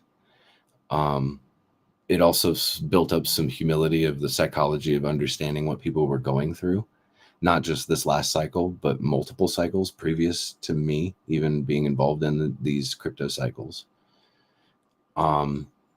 Just being involved in regular fiat cycles, right, can allow you the availability of extrapolating your psychology into this world pretty easily, right? So maybe that's why it would seem like I've got many more years of tenured service into these types of things than what is probably actually true. And when people speculate a lot of things about me, I don't really tell them any indifferent. I don't really expose myself for people to knowing a whole lot about me. So I guess this is kind of one of those rare periods in time that I actually tell people what I've always told them when they ask me this question, right? So yeah, getting involved with Hex pretty deep and significantly, and then having like being fully staked, the whole transferable T-shares, the like HSIs, was something that really interested me in the first place. As you can imagine, being completely 100% staked when HSIs, when Hedron came out and allowed for the availability to mint off of native stakes and things like that, was exactly what we all wanted. Those of us that were using the smart contracts to their fullest extent and staking for 7.5, 10, 15 years, have like a 9-year profile on average for all your stakes. Like Hedron coming around meant Hedron made you more money towards the bottom and towards the mid of the market than Hex did in a lot of respects through the entirety of it. So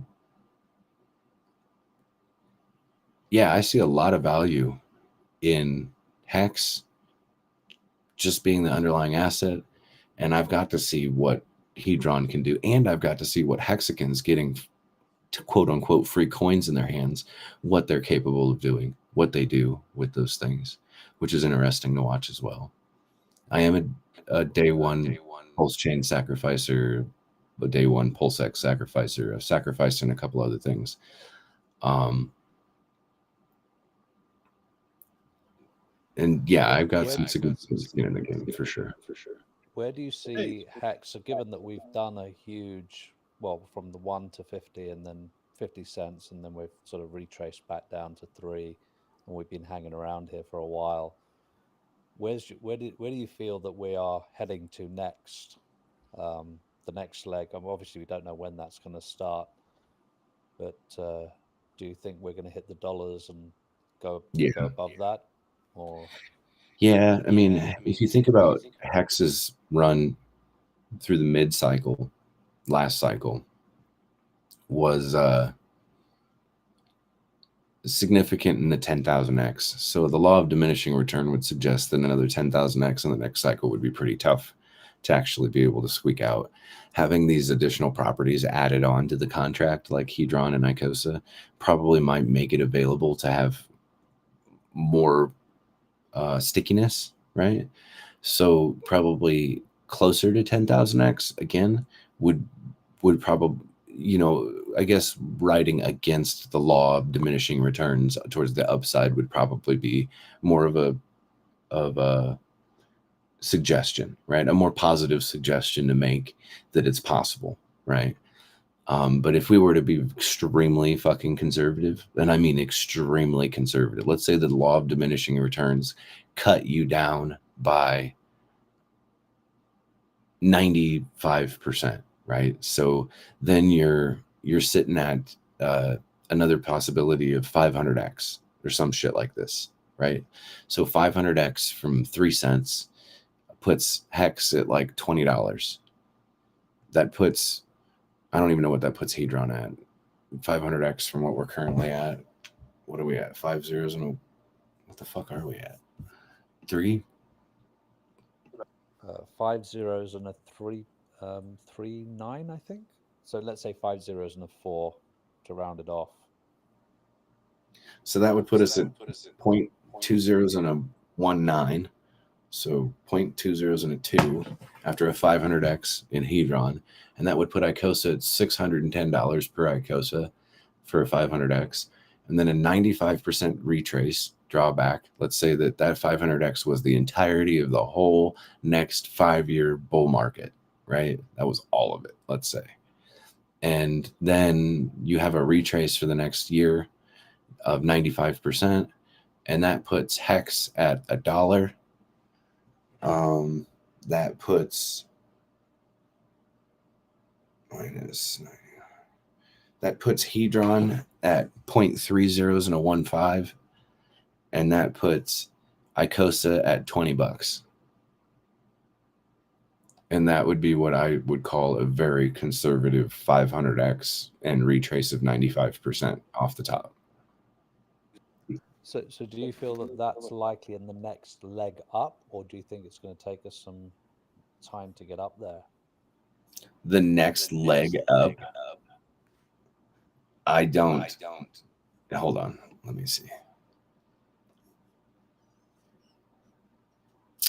The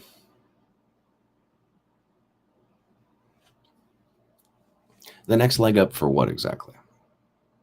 Okay, so the way I'm looking at this is the big leg up was from 1 cent to up to 50. Obviously there was a couple before, and Richard has spoken of, I don't know, it's doubled about 7 times, I think, already.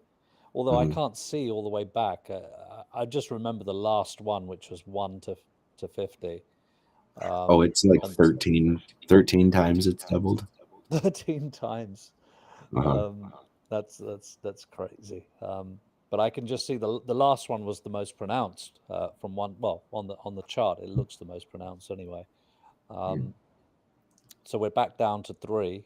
So we've done that big leg down. Assuming this is, this is the end of it. I mean, we could obviously go down a little bit further, but let's say we're nearing the bottom.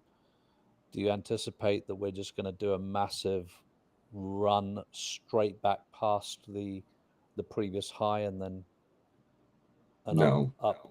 No, you think it's going to be a bit of a struggle to get up past the previous high, and then we're going to go?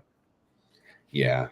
I mean, if I was to have a completely conservative mindset on just basic ass weak growth, then I would say like a year or 2, and you're getting back up to the all-time high prices.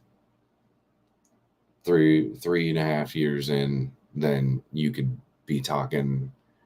That's when you start to see over $1, $1.50, and then the last push through that market is when you're going to see insane prices from like the $2-3 to all the way up to like $20, like spikes up to $20 and shit like this, where you can claim that it went there, right? And then it'll come back down to $1 over the 95% retrace after 5 years or 6 years, and then that's where it'll be. So, hey, yeah. Executioner, I've got a question for you. What's that? So, I wonder if you could do a little exercise here so that you can give an unbiased view. You can give 2 viewpoints, because I know your feelings about poly.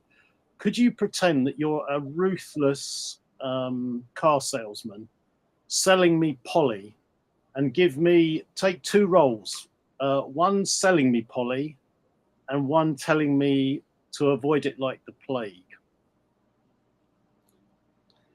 Well, one, I would set up a perspective of, I'd scare you. I'd scare you and tell you all the bad negative shit that can be involved and why you need to give me your money. That would be poly. That would be me promoting for poly, is just use scare tactics to scare you into giving me your money, because I would tell you that I would be better at making choices with your money than you are. And I have the means to do such. Whether I'm lying or not, that's what I do. What I'm asking, could you give me both, pretend you're a ruthless car salesman selling me poly and persuading me to do it, and then pretend that you're a ruthless car salesman telling me not to buy it, because I want to hear both. I want to hear both the extremes, so I can sort of get a feeling for all the positives and negatives that are possible. I don't like that. I don't like what that's doing. I don't think I really want to do that, because that's literally taking out my perspective on both sides, which I've already just done. Right? Like talking about dip catchers, saying about gas prices. Like, okay, so there might be a potential reason for somebody who can't afford to speculate and invest in the first place to get involved into these things so they can afford it later. Right? Like now I've just scared people that something that they may have already been involved in, they won't be able to finish their stakes because they won't be able to afford it later. They can just give me their money and I'll make sure that they can handle that later, type situation. That might suit some people, and I would just go after those people, I guess. Right. I could say, since I don't know all about poly, sitting there like a good, great, like dastardly car salesman to go after people would be kind of, counterproductive, because I don't know about all the other stuff. But you get involved in poly, then if you are also involved in team staking, then you may get the rewards as we won't call it an extraction of value from ourselves to ourselves, but we'll just call it that. But since we're going to be the car salesman that wants to promote for you to get involved in it, then we're going to tell you that you're going to have to diversify your value into team staking, and then you're going to have to diversify your value into maxi, and then diversify your value into whatever the other ones are all called, Desi and the rest of those ones. To maybe have the potential to be able to extract value at the end of whenever those years happen. But as long as you get involved in team, then you'll see that there's a pyramid scheme there that suggests that you would get involved in one alone and let everyone else do the work. So come on over to Maximus, get involved with your poly. Don't forget to do your team staking, because otherwise you're shooting yourself in the foot. This is where the money is going to be, right? This is what I would tell their people. Right? I'd be like, this is how it's really supposed to work. We're going to go out and tell everybody else and extract value from all these other communities. And then we're going to go ahead and put it into this other staking pool that we're going to call team, that those people get to extract the value on their own without doing a whole lot of work. Let everyone else do the work for us. And then in the same respect, I would tell other people, be like, look, this is what the potential is, what they could be doing. They could be extracting value in this whole pyramid scheme of all their little shit that they have going on. So that way it only ends up into one individual pool, where certain people who are already aware of what's going on can be particularly putting themselves in an advantage in that one particular pool.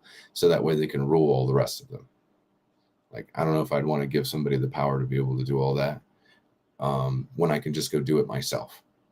Right? If I have the availability as an individual to be able to participate in these other protocols, then why would I add all this other extra risk and lose my capability of making the choices and decisions on my own? And I can just utilize them like they were made for the individual, not for the team of pooled collective people or exchanges that have the availability of gaining the large majority of the assets. It's the same thing exchanges do to be able to take over an asset, and the liquidity that's involved in it is this pooling thing. And I'm not really exactly sure how technically legal that it all is to do, but I guess they'll find out eventually when the SEC makes a ruling on those types of things. So as an individual, I would say with the gray areas, high risk, not really sure exactly how it's all going to play out. Could be rewarding, I guess, to play in poly. However, as an individual, having the availability to do it all individually and have responsibility for my own accounting, is kind of the reason why I play this game. So I'm not incentivized by the pooling of assets. And I know that I'm not answering your question exactly, but I don't think I'm gonna. Yeah, well, so no, the reason I ask is I wasn't going to enter the auctions, not because I don't think you're going to be able to extract amazing value, but simply I didn't want the time and the stress of watching the auctions, doing the research, battling other people, the disappointment of someone outbidding, and I was just going to basically get my popcorn, keep my hedrons staked, and just watch from the sidelines. But Poly is for me. It's a sort of tempting product simply because if they are going after the biggest stakes, I mean, my only fear with Poly is that if they extract value for team, which I think I heard Dick Catcher say he was undecided whether that was going to be the case, but obviously they'll be taking some value out, which I wouldn't be happy with, and I wouldn't bother doing it. But if there was no extraction, if it was purely an exercise, Oh my god! Oh for me that would be very, very tempting. And I just wondered, as I said, the reason I asked you to do it in that way is just give me the pros and cons from a kind of ruthless point of view, and just help sway whether I'm actually even going to get involved or not. For me, I've got nice positions in all three pools. I don't need to get involved, so I can sit back. It's just Poly was a bit of a temptation, and I'm guessing for a lot of people, listening now, it's something that is a very tempting sort of path to not going through the stress of bidding, being outbid, doing the research, and just constantly watching and digging for the best bargains. Because of course if you're not going to go in it like full time, there's always that possibility. Oh, I could have got one with extra points, or I could have got the one with the 10x bonus, or if I'd been watching this, you're sort of setting yourself up. If you're not going to go into it wholeheartedly, you're setting yourself up to be disappointed.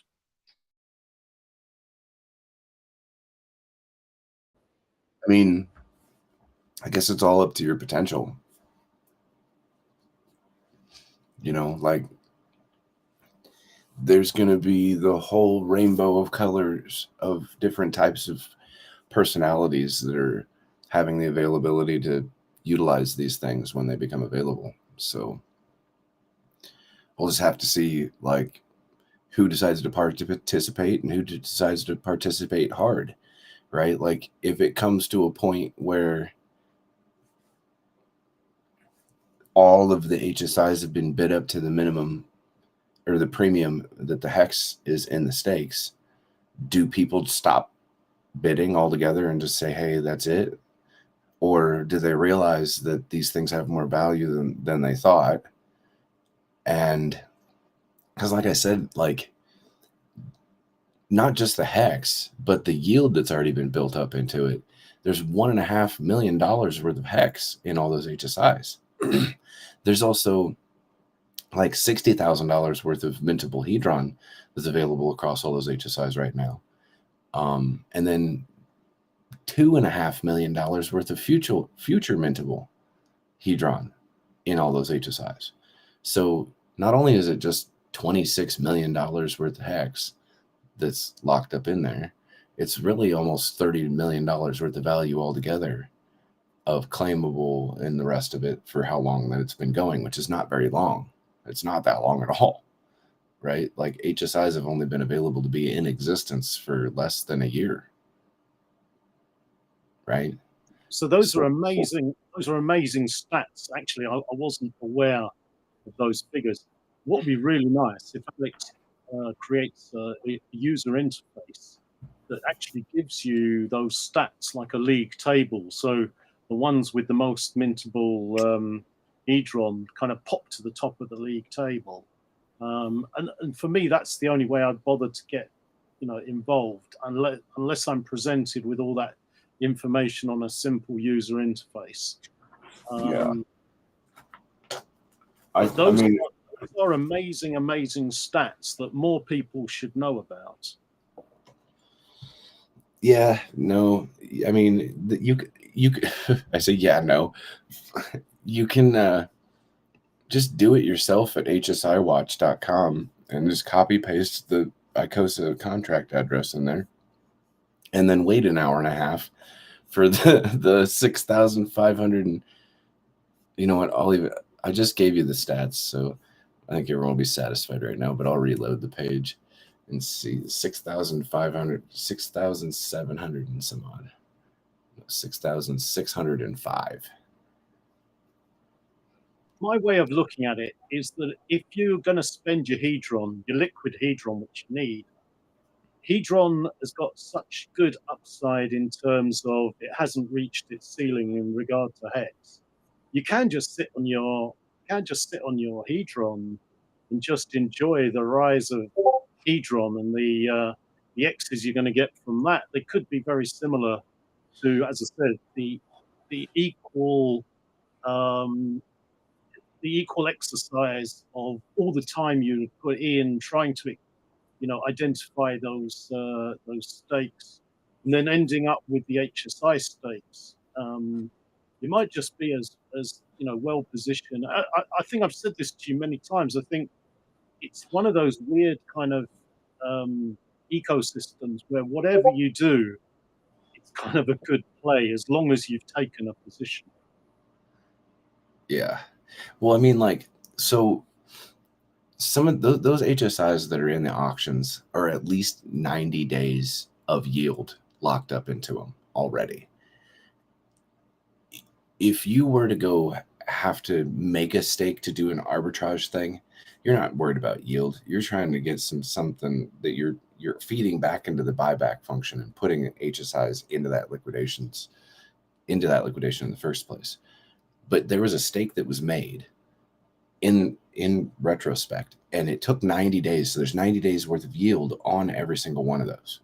Never mind the fact that there are HSIs that were day one HSIs when they became available and have had hundreds of days of yield that's available on it, plus another 90 days when it got liquidated added on to that one anyway of extra additional yield to it. And I don't think that a lot of people are really taking that into consideration right now for price. They just take in the hex that was made for the stake in the first place.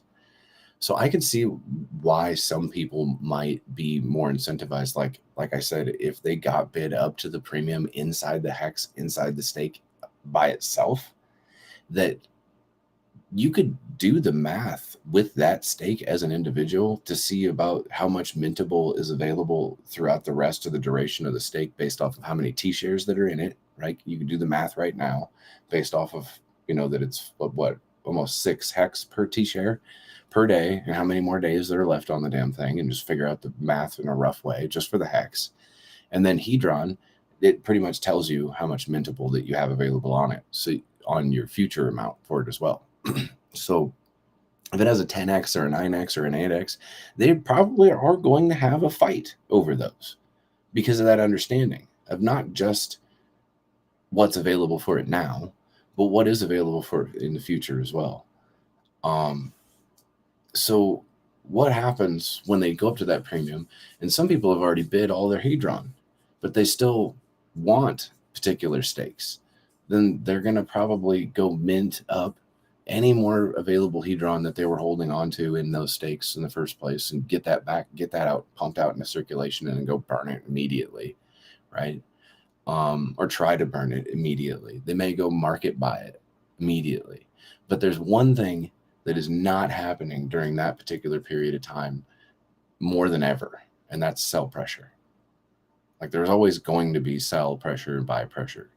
But at these particular times, like it's going to be significantly lessened, especially with any amount of it that's actually being burned and coming to the conclusion of these HSIs after 24 hours is a positive reinforcement to the structure that already exists of the positive feedback loop on top of it.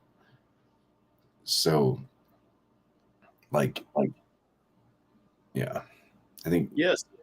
And the genius is that it actually gets burnt. So, I mean, I think we're going to witness one of the most interesting plays that's ever been in crypto.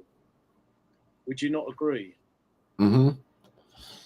Yeah, because there's so many options, and the crazy thing about people is you don't know what they're going to do, but if you give them an option to do something, somebody's going to find their way to do it.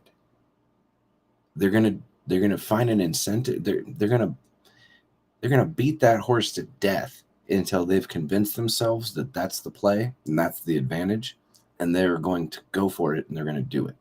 So therefore, all options that are deployable will be deployed in some sort of way across a community that is participating. Whatever got them there onto their own volition, right? Like earlier, when you were saying, when you wanted me to be the good guy, bad guy, good cop, bad cop, salesman point of view. And then at the end, you were like, I just kind of wanted you to tell me what to do, right? And I was, at that point, I wanted, to refrain from interrupting and being like, I'm not your psychologist, right? However, if I was your psychologist, I would do the best thing to try to not actually formulate your opinions for you, but try to provide you with the best availability for reasoning, at least for reasoning towards your own better judgment for your own psychological good, right? Because there's no fucking way that me as an individual will ever actually be able to make the best decision for you, because psychologically there's a lot more history to you that I wouldn't know about that actually would determine and affect the way that you make your decisions. And only you are calculable and responsible in a way to be able to handle all that shit that is in your past, that is your baggage, that will affect you and how you make your decisions, whether you like it or not. Like, I could probably put you in a position that if you were lucky, that it might work out for you.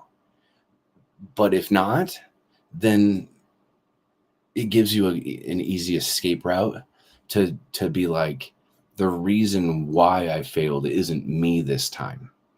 It's because this other person put me in this position to succeed or fail. And I don't like that so much, because then you're not being the writer of your own book, right? You're not the creator of your own fate at that moment. You're really leaving it up to somebody else to be the claim, right? Whether you make it vocal or not, right? To say that the reason why I'm a millionaire is because I listen to this dude, or the reason why I'm broke and I live in my car and because I put all my money into what this guy told me to put my money into, and he was wrong, and I blame him instead of obviously. Don't get me wrong, I wasn't asking for advice. It's just that I know that your way of thinking, you think on so many different levels and you have so much knowledge. What I was trying to do was get the pros and cons so I could actually make up my own mind. Because at the moment I'm just sitting on the fence, and just hearing the pros and cons from someone who's, trying to persuade you not to buy it, and then hearing it would just give me a more rounded ability to actually, to make the decision. Wasn't asking you. I guess what I would do then is I would expose my bias first and be like, I'm not participating in poly. And then we can have the discussion after I've exposed my bias to the conversation, how to proceed from there. Right. And you would probably be more intrigued at that moment onto the reasons why I'm not going to be a participant. And that would be the kind of the lead role of the whole entire story of the conversation. I'm unfortunately would have to, surrender to. Our knowledge would have to surrender to understanding that no matter where the conversation went from there, because you're talking to me and you know that my bias is that I'm not going to be participating, then my bias is probably going to also be on the side that I'm going to sway you over to my side as well, for my own selfish reasons. You know what I mean? already knew your bias. I wanted to give you a platform just to go down. Hold on, let me hit the record button. Let me edit this later.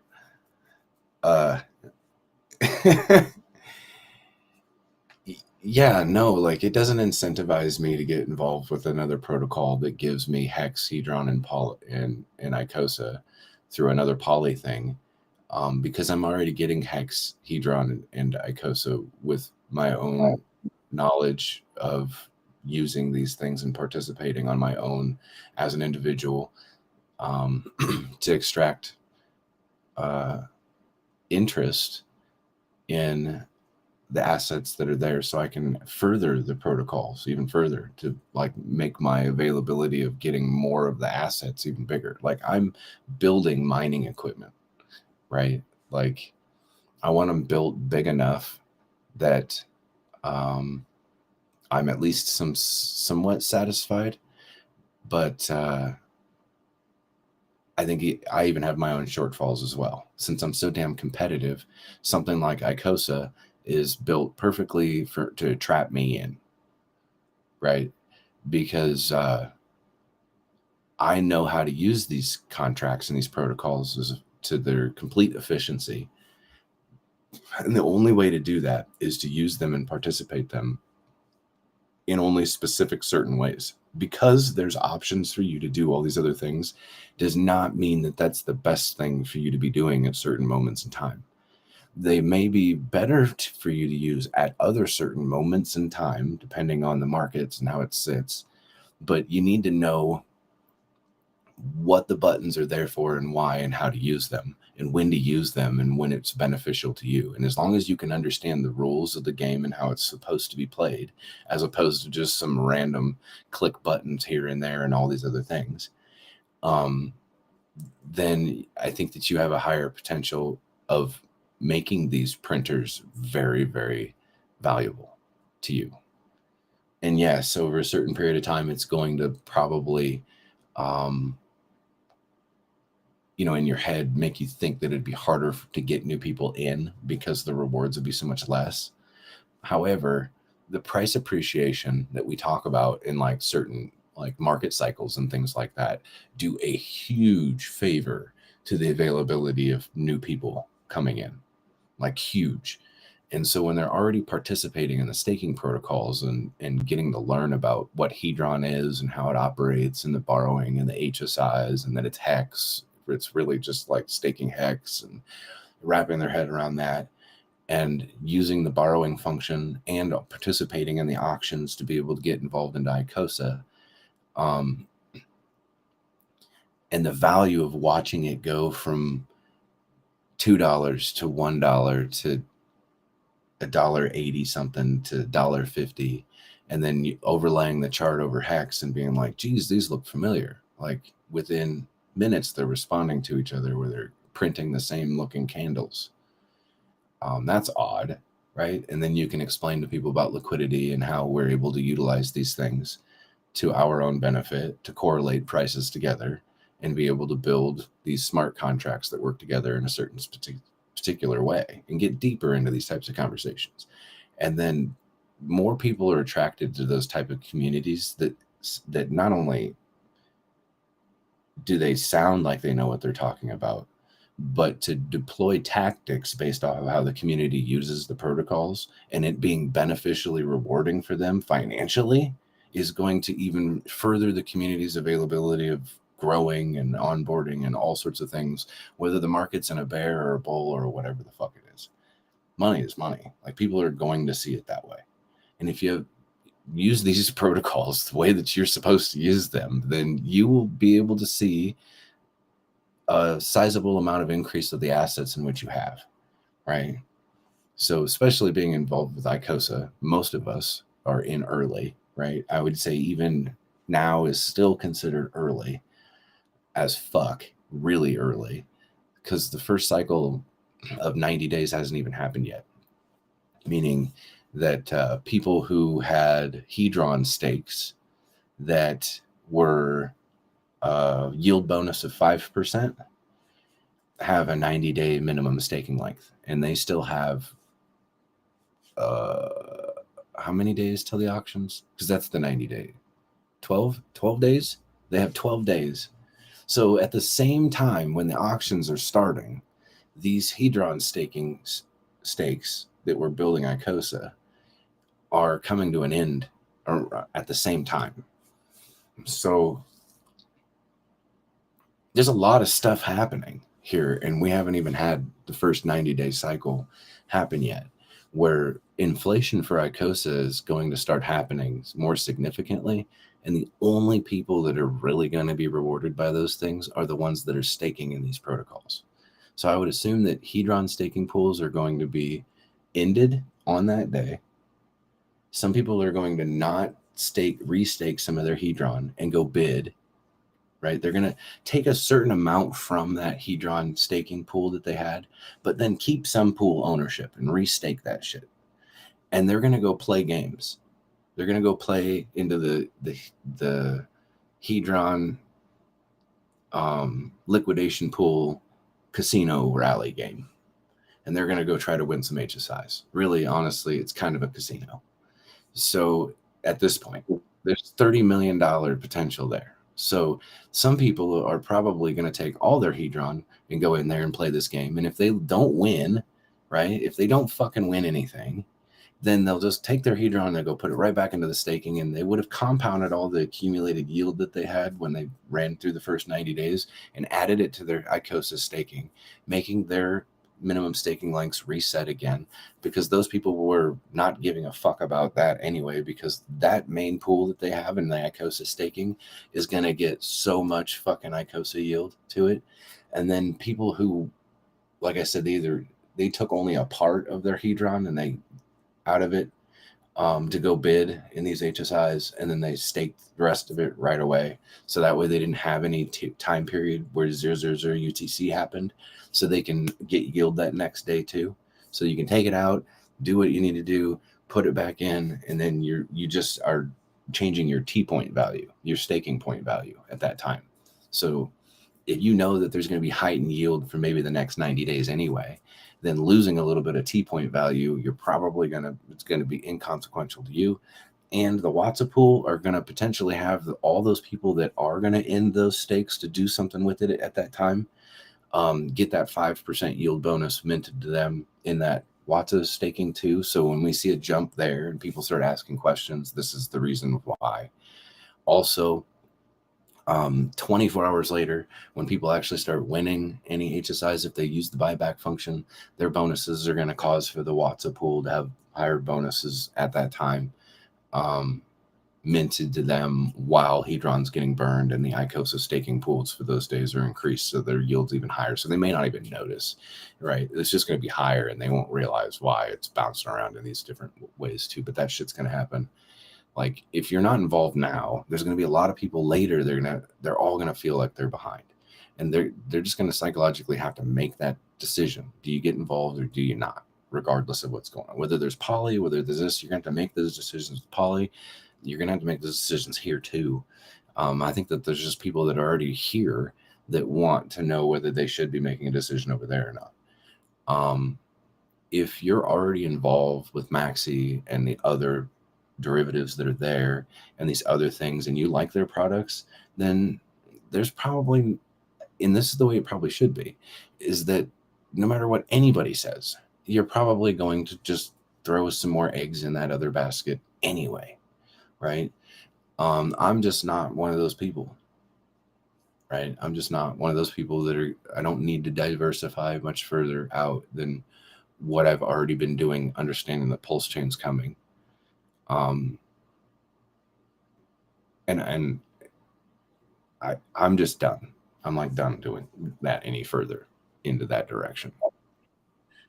You've actually identified one level of the tokenomics, which hadn't even occurred to me, which is the relationship between the cycle, or how Alex has kicked it off with the cycle of locking up your Icosa or your Hedron for the 90, the 180, 270, and 360. It runs concurrent, as you pointed out. with the 90-day cycle of the HSIs coming on, which is absolutely fascinating how that tokenomics is going to play out. It's something that I was wondering why he'd chosen those particular figures, but like as you've identified, that cycle is all going to be running concurrently, and an even more fascinating play. And the funny thing is, I talk about Hedron, you know, when I'm trying to onboard people and get them into a little bit of Hedron and Hex and Icosa, and I start talking, you know, at a very, very basic level, and you can hear that, you can see their eyes just gloss and just roll, and you lose them after the first sentence. But, you know, as you get deeper into the rabbit hole, you realize there are even more layers than the ones that you're trying to explain to the noobs who are coming in. So I absolutely love it. It's getting stickier and stickier for everyone involved because there are just so many layers to the tokenomics. Yeah, and so let's say that you did end your Hedron stake, and just to get your accumulated Icosa yield for the 90 days, and your intention for that wasn't to even take the Hedron out to go bid with. That's just a bonus that there's another event happening that you have the option to participate in now if you wanted to, especially for the bigger players that understood that day one, that they're like, yep, I see the correlation on the dates. All right, I'm cleared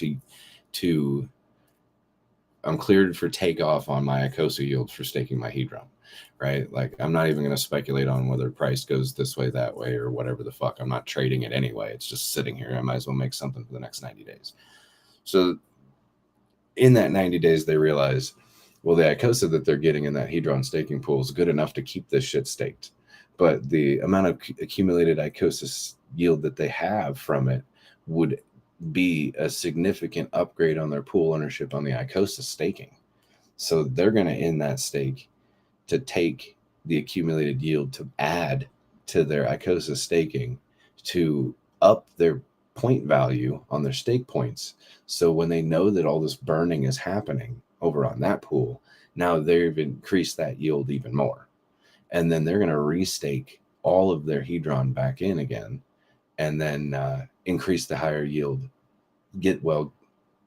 reap the benefits of the higher yield in that staking pool as well, even though now they're going to have less T points or whatever points that they are for that particular staking protocol, and then go for another 90 days again because they know that it's our 90 days. Yes, that's really interesting because when we first were talking about it a few weeks ago, I mean, you were particularly identifying that losing your T-point position in the pools would actually not work out as beneficial as staying in. But it now seems that you may be saying that both plays could actually be good plays. Has anyone done the actual calculations to work out which is the better play, especially as you're saying that the yield coming in could actually if you take out your Icosa, restake your Icosa, work out the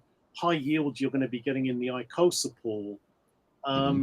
This is good news because I think we've discussed it before, because the big payout for all of us is when Godwale eventually, if he does ever, he takes his Hedron, redeems his Icosa. I mean, that's just going to be a massive payout for the Watson pool. And yeah, understanding the tokenomics, which is it better to stay in or is it better to redeem and restake? It'd be interesting to know the balance. The way that the faucet works is you have to understand what is the main goal. What's the main priority goal here? Is to build the mining equipment that service each other. So if you have HSIs that is staked hex that give you mintable Hedron per day, then you would have the availability of starting this feedback loop. If you already had Hedron because it's undervalued right now, to be able to just go purchase and then just put into there, then you're kind of front running the first process, right? Essentially, you're front running that first process right now. And then if you had Icosa staking, then you're kind of front running all of the processes. So there is this dichotomy of thought process that you need to have a standpoint in each and every individual pool. Never mind the Watsa pool. That's a whole different monster altogether.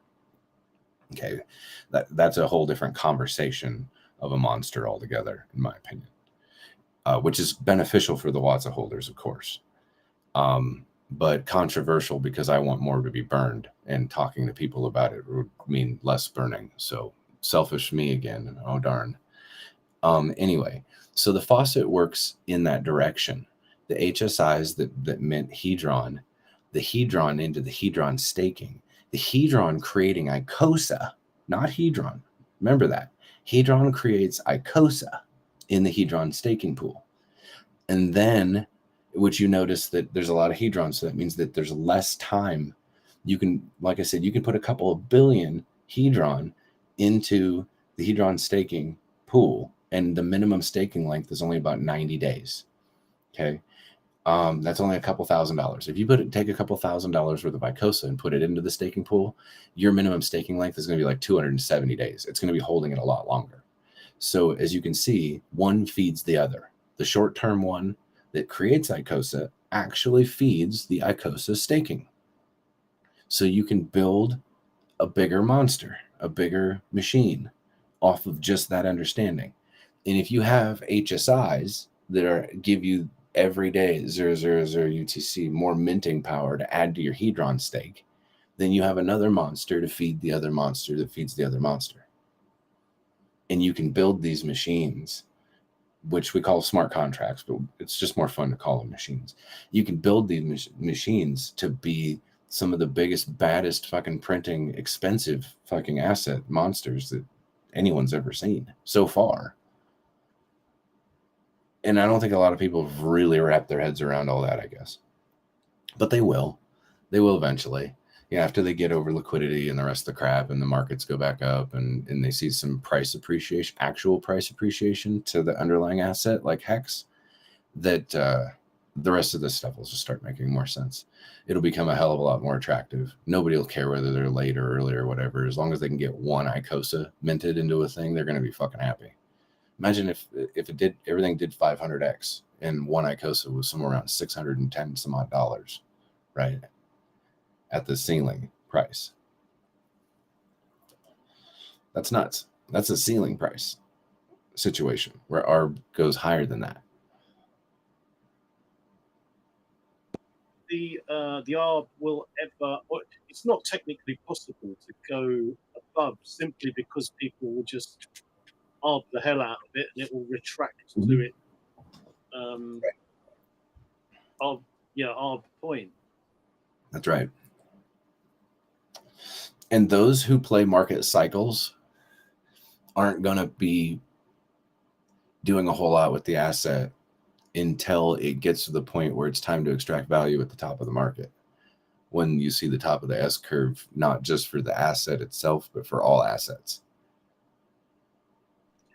Do you think that too many people identifying that point will put downward pressure and force the new cycle? Or do you think there'll be so much upward pressure from people seeing that the tokenomics are so good to be involved in this, like you say, this sort of minting monster, that even at the top of the S curve, there'll be quite a lot of pressure upwards, which will keep us at the top of the S curve?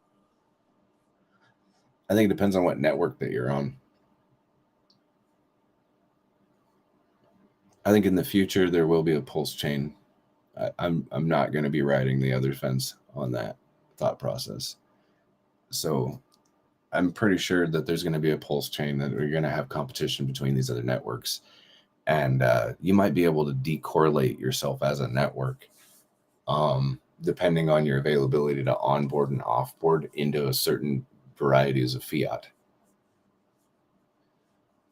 Right. And whichever legislation, if there was like a takeover of monetary economics, then you would just have to be the fastest developing team, pretty much, right? Just be the fastest developing team. And then whichever country that you're in, they're going to handle all their stuff the way that they need to. And you'll just start using that new currency the way that it is. And whoever has the first availability to have a front end that's connected through whatever red tape or blue tape or whatever's available there, then they win. That's it. Reminding me about Pulse Chain. I keep forgetting about Pulse Chain because I'm so excited and caught up with focusing on this. It's it's made me completely forget that I sacrificed. I think I've mentioned that before.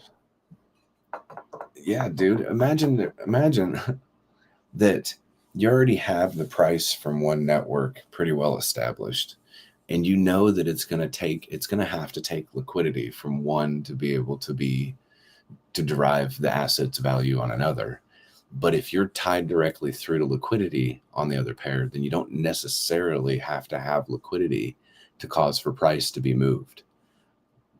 It's the craziest thing. Like, to watch, like, on a 1 minute chart, most people would never, right?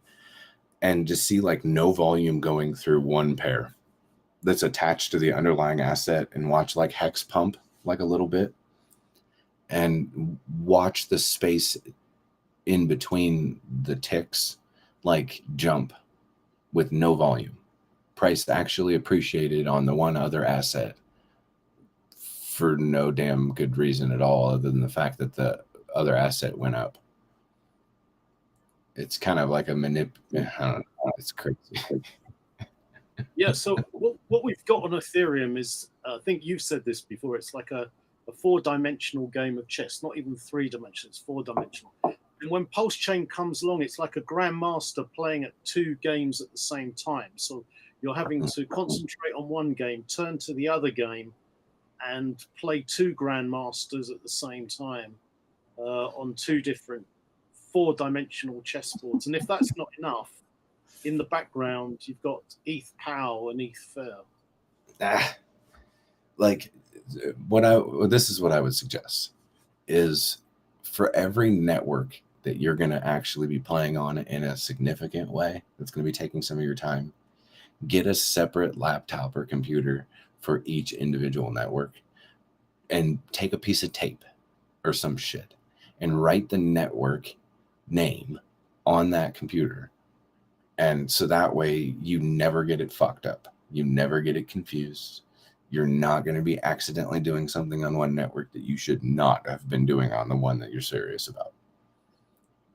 Like, because people are going to make fucking stupid ass, dumbass mistakes that they normally would not have made.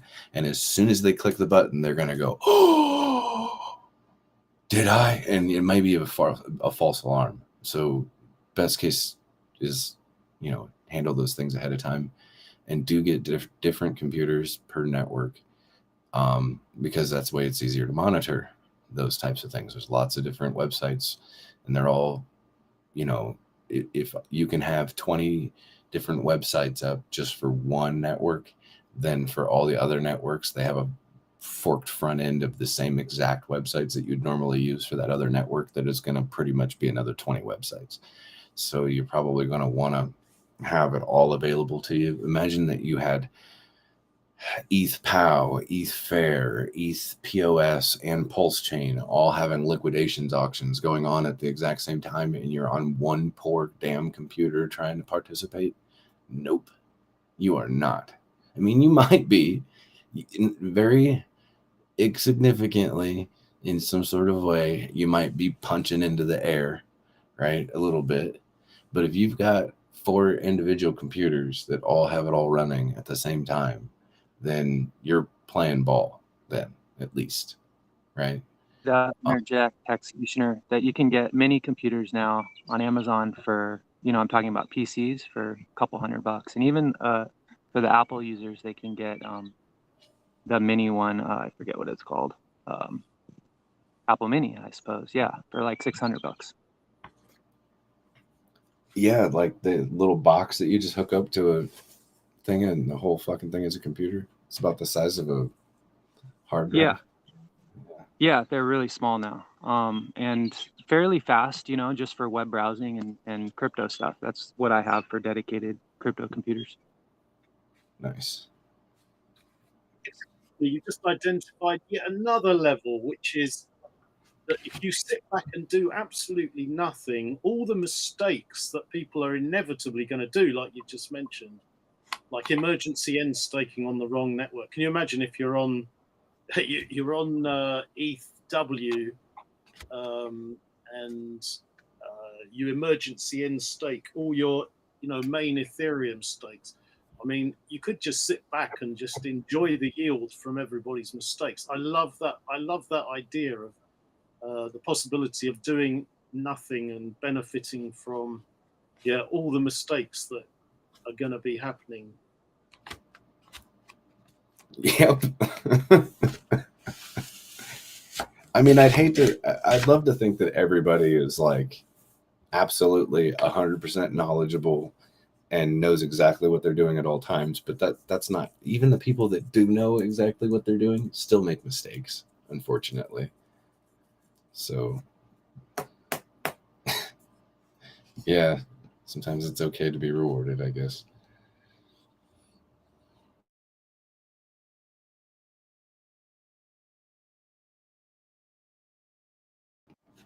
But yeah, keeping your wallets like separated and all these other things, it like adds to the possibility of somebody making a mistake also.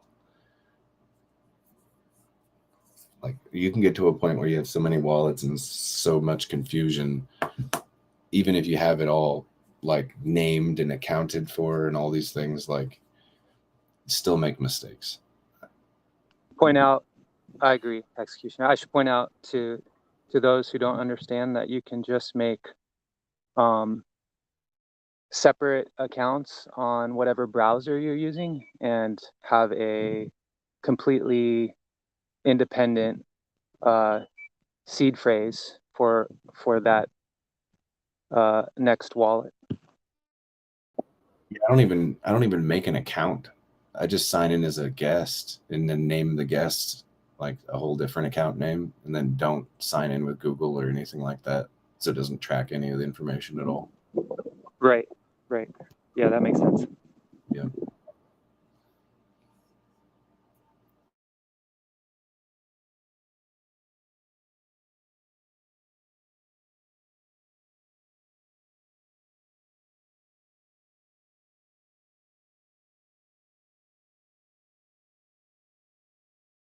Didn't mean to interrupt the flow. I'm working, so I'm just trying to interject when I feel like it would be a benefit.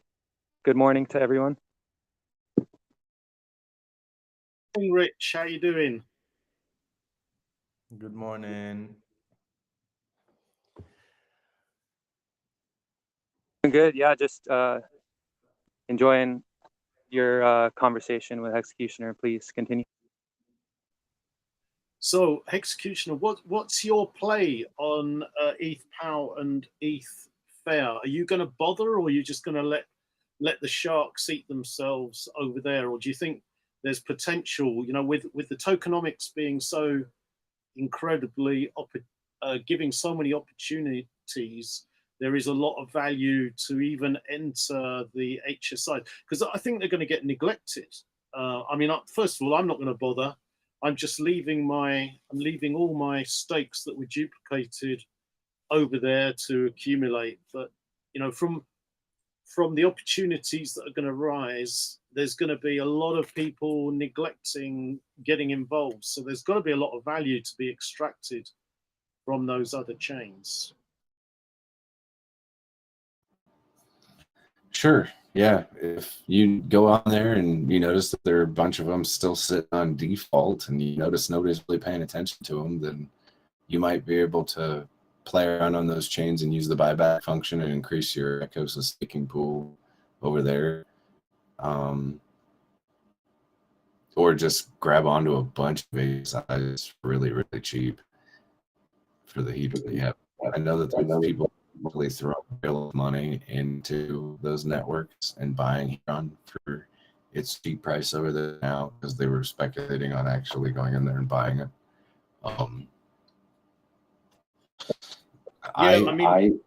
If someone moves in there and if they are able to just extract value, not as a speculator, but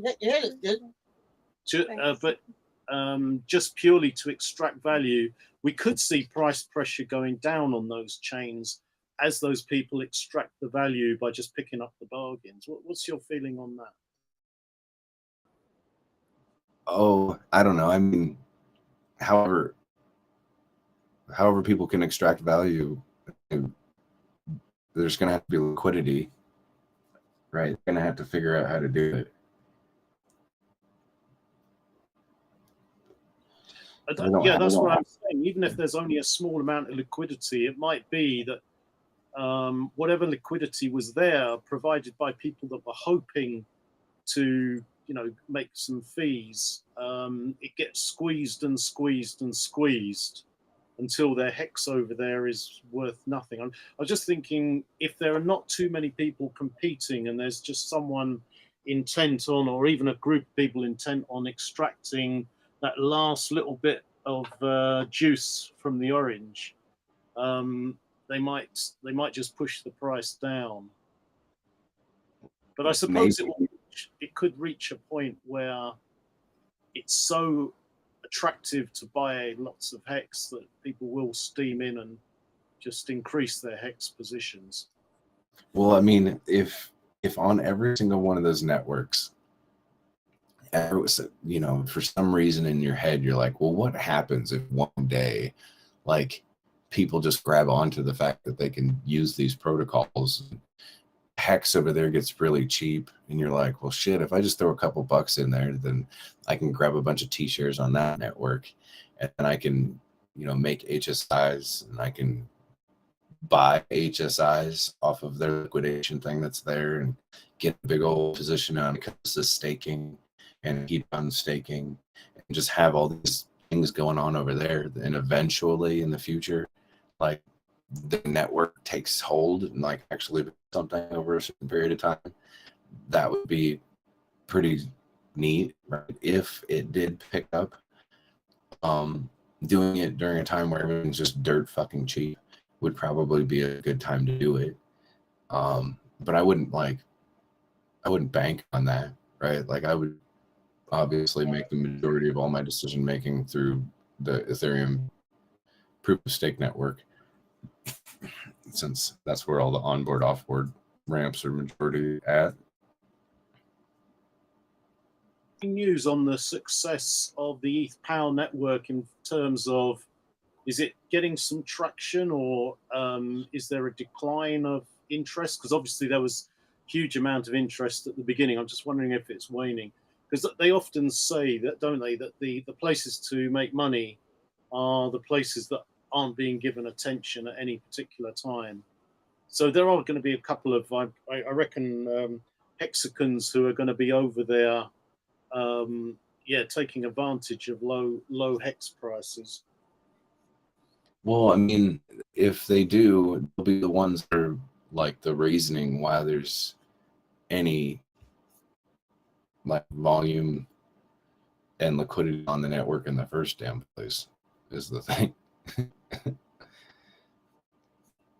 Because that's how it started, is that was the majority of all the movement and the liquidity, and that's still the case today.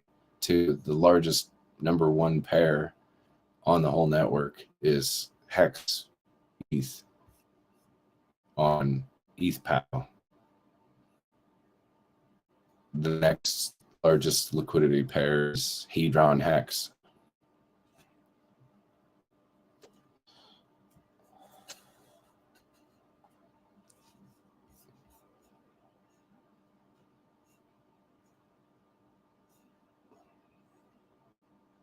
There's only been 2,400 transactions in 24 hours on that network.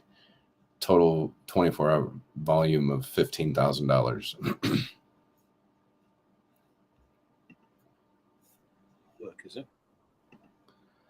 And ETH Fair has had 1,000 transactions in 24 hours with a 24-hour volume of $2.3K, $2,300. Is that just on Hex, or is that across the whole? That's across the whole shebang. That sounds like a dead network. Yeah. Well, I mean, it's or at least something that hasn't picked up traction.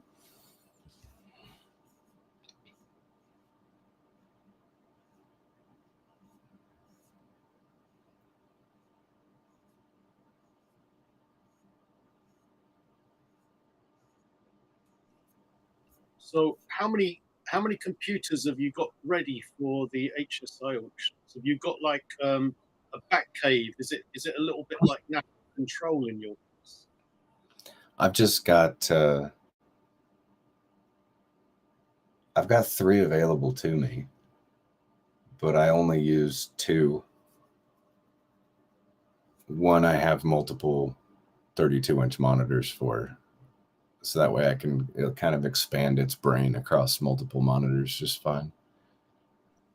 See, I can run. I imagine you as a kind of you know, a James Bond, well, not baddie, because of course you're a goodie, but you know, at sort of mission control, ready, all set up, ready to, yeah, for every eventuality. Only in the eventuality of the places that it's relevant to me, at least. So I don't have to expand my back cave too far. Like I've gotten in and looked at many white papers of all sorts of other things, and I've had other people that, like, as I onboard big money, they have their own speculative environments too that aren't Hex, right? And they try to get me too, right? So they tell them, like, all right, pitch me, I'll give you more than 10 minutes, just pitch your thing. And I like to argue sometimes, I guess. So I'm just waiting for the key, whatever thing it is that they throw at me, that I immediately interrupt them and be like, well, what about this and this and this? And then see how their argument unfolds from that point on. Because almost all currencies work the same way. So you can kind of stick to the same type of protocol of what you're listening for. Taxes, buy and burn, you know, there's all sorts, it all sounds good, but what is it exactly? Right? Like when someone says, there's a burn that happens, right? Which wallet's doing it? Is it the one that creates the coins? Because that doesn't mean anything. Is it the people who actually hold it that are incentivized to actually burn their own tokens out of their wallets? Now that's something, right? Having a founder create a token and then burn a certain significant amount of the supply doesn't mean jack shit. Not to us. We have an OA that's proven that that's not exactly always the smartest thing to do, right? Or an essay that suggests that that's not always the smartest thing to do. I think I was just going to say, I think Hex and Hedron and Icosa are just complicated enough to solve a problem, but not an ounce too much. And I think that's really the key. Well, anything worth a shit, in my point of view, isn't easy to understand. But this is where usually, like, my guys that try to onboard and try to expand my reach into other cryptocurrencies, they usually lose me on the project product value. What do you mean that they need 15% for dev whatever, right? Like, it isn't a network. Like, I know that they're telling you that eventually it's a network, but just because there's other front ends that have all these other things doesn't mean that it's a network. So therefore, that doesn't need devs. Alex and Richard Hart have proven that you don't need to have a dev team that constantly is working on these things to make changes. You don't have to have it that way. And to fool a bunch of people saying, yeah, admin keys for this, for dev teams to be able to make changes on liquidity pools and other things like that is a very dangerous thing to go across. And it was very relevant that Alex, figured out a better way to utilize the Ethereum network and have smart contracts that you can have trustless protocols with that just make more damn sense in every respect. I think that's really the foundation of truth in crypto right there. Yeah. And then they lose me on the FEG token and the rest of the garbage that they're messing around with. That all, I remember, right? Like, I wanted to update you because I think you were involved in the thread in the normal chat last night, I think it was, or yesterday. We were talking about the M87 protocol, and like you said, it wasn't being launched yet, and I think it's being launched maybe, I don't know, anytime. But I did some research, and on their own website, they have a description of how they are no longer a fork of Tornado Cash, and that if there was a warrant,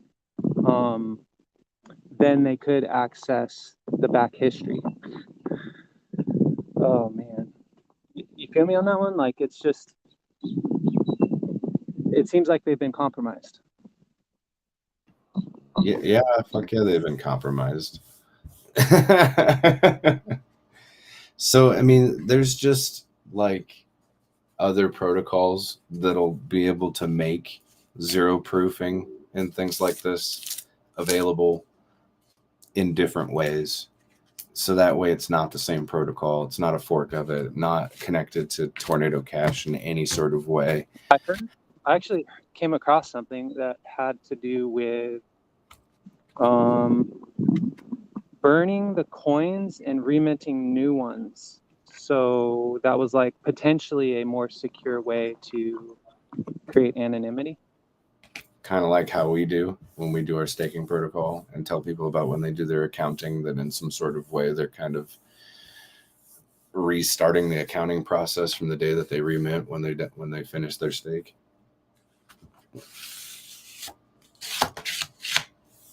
Regardless of whenever you bought, like, yeah, absolutely. Who gives a shit about your accounting when you bought all those tokens and your taxes? Because you burned them all. Yeah, exactly. Then, right. Yeah, then it's not considered. I can't remember the technical term, but yeah, I know what you're talking about. And yeah, I think that this all is important to understand. Yeah. Yep. I think right now, especially like when people do their accounting, most people only consider when they move money back out into their bank account taxable income. And that's it. After they move their money from their bank account to go buy assets, any price appreciation, whatever the hell it is, they don't do the accounting to figure out whether it's in a long-term or short-term capital gains. Yeah, and that's actually technically the law. Exactly. And because we have anonymity, we can have that through private wallets. Then technically, like, it's pretty easy to do that and not worry. But what I was gonna say is, oh shoot, the thought just came and left. Sorry, I'm keeping up with you though, Executioner. I appreciate you helping me critically think. Those types of things might change later, but that's just not the case right now, right? Like, so just sit in the roles that we know that we have and use that to our advantage for now, and don't worry about a whole lot. I know what it was. Sorry. It was the actual law that says Bitcoin or cryptocurrency is considered a, what is it, a commodity? It's like gold. It's a property. Property, right. So the fact that it's considered a property that right there basically proves it. And I think it's been upheld in court. Like, it's legit. Like, you can't. They're just doing the IRS bullying tactics that they always do, where they try to get you to give them more information than is actually required, so then they can use it against you.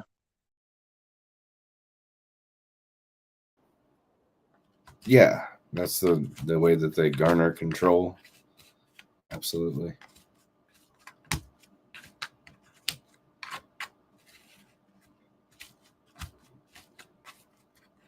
But I mean, hopefully, like these big fiat entities move in and take it as serious as they should. Because if they want to be involved in the entities that were in power up to this last cycle and saw billions and billions of dollars available for extraction, then they're going to make sure that any regulating of this ecosystem is not going to put it in a downward spiral. Like, it'll actually start bringing real world stuff in the direction of crypto assets and crypto banking, crypto stuff, right?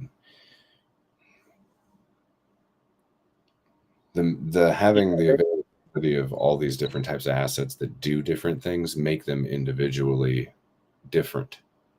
So to say that one cryptocurrency rules, above them all can't be the standard, right? To say that one is going to win and therefore the rest of them die is not the truth on how it should be. And if that was the case, it'd be a lot easier to regulate. It would be a lot easier to just deal with that. But that's just not the case. Like, the Ethereum network makes it not that. That is not the case. You can make different types of cryptocurrencies that do all different types of things.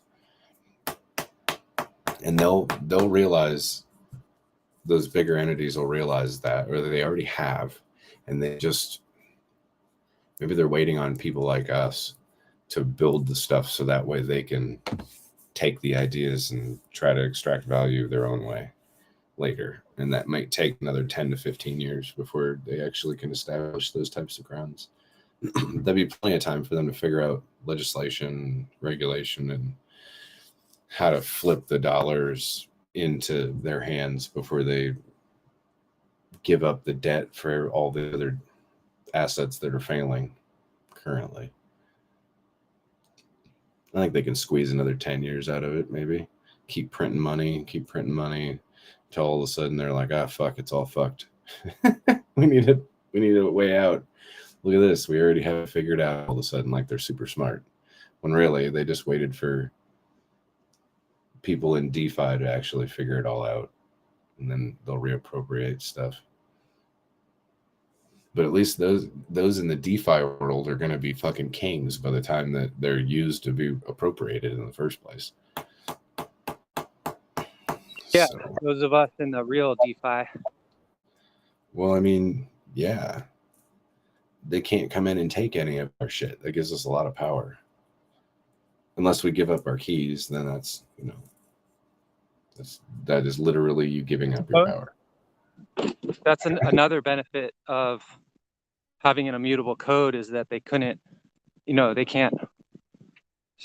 force the founder to do something.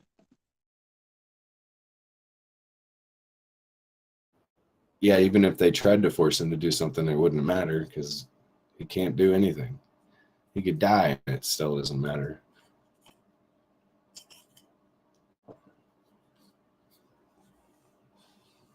That wouldn't be good for the YouTube channel, but, still. Speaking of the future of just our products in particular, what do you think would be a plausible plan for the OA going into the future in regards to what they're going to do with their stack as more and more users come on board and price appreciates in a big way.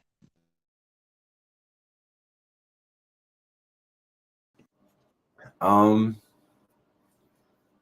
For the very open question. well, pretty vague. there's a lot of projects that are allocating assets to the OA when they launch.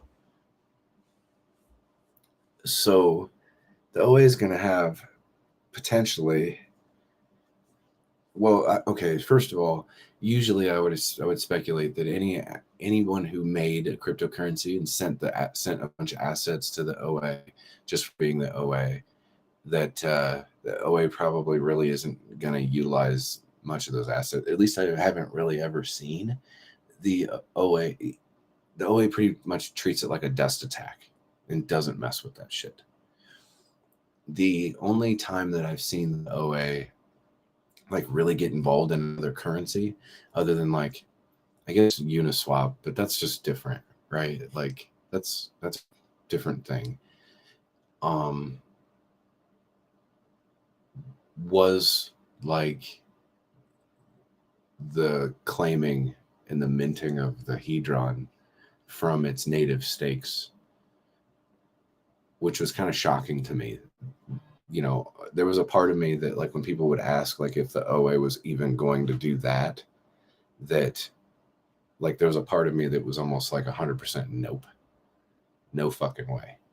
I don't care what protocol came towards that OA's way after all the other dirt and shit and stuff that had happened previously, that it's even gonna mess around with these protocols at all.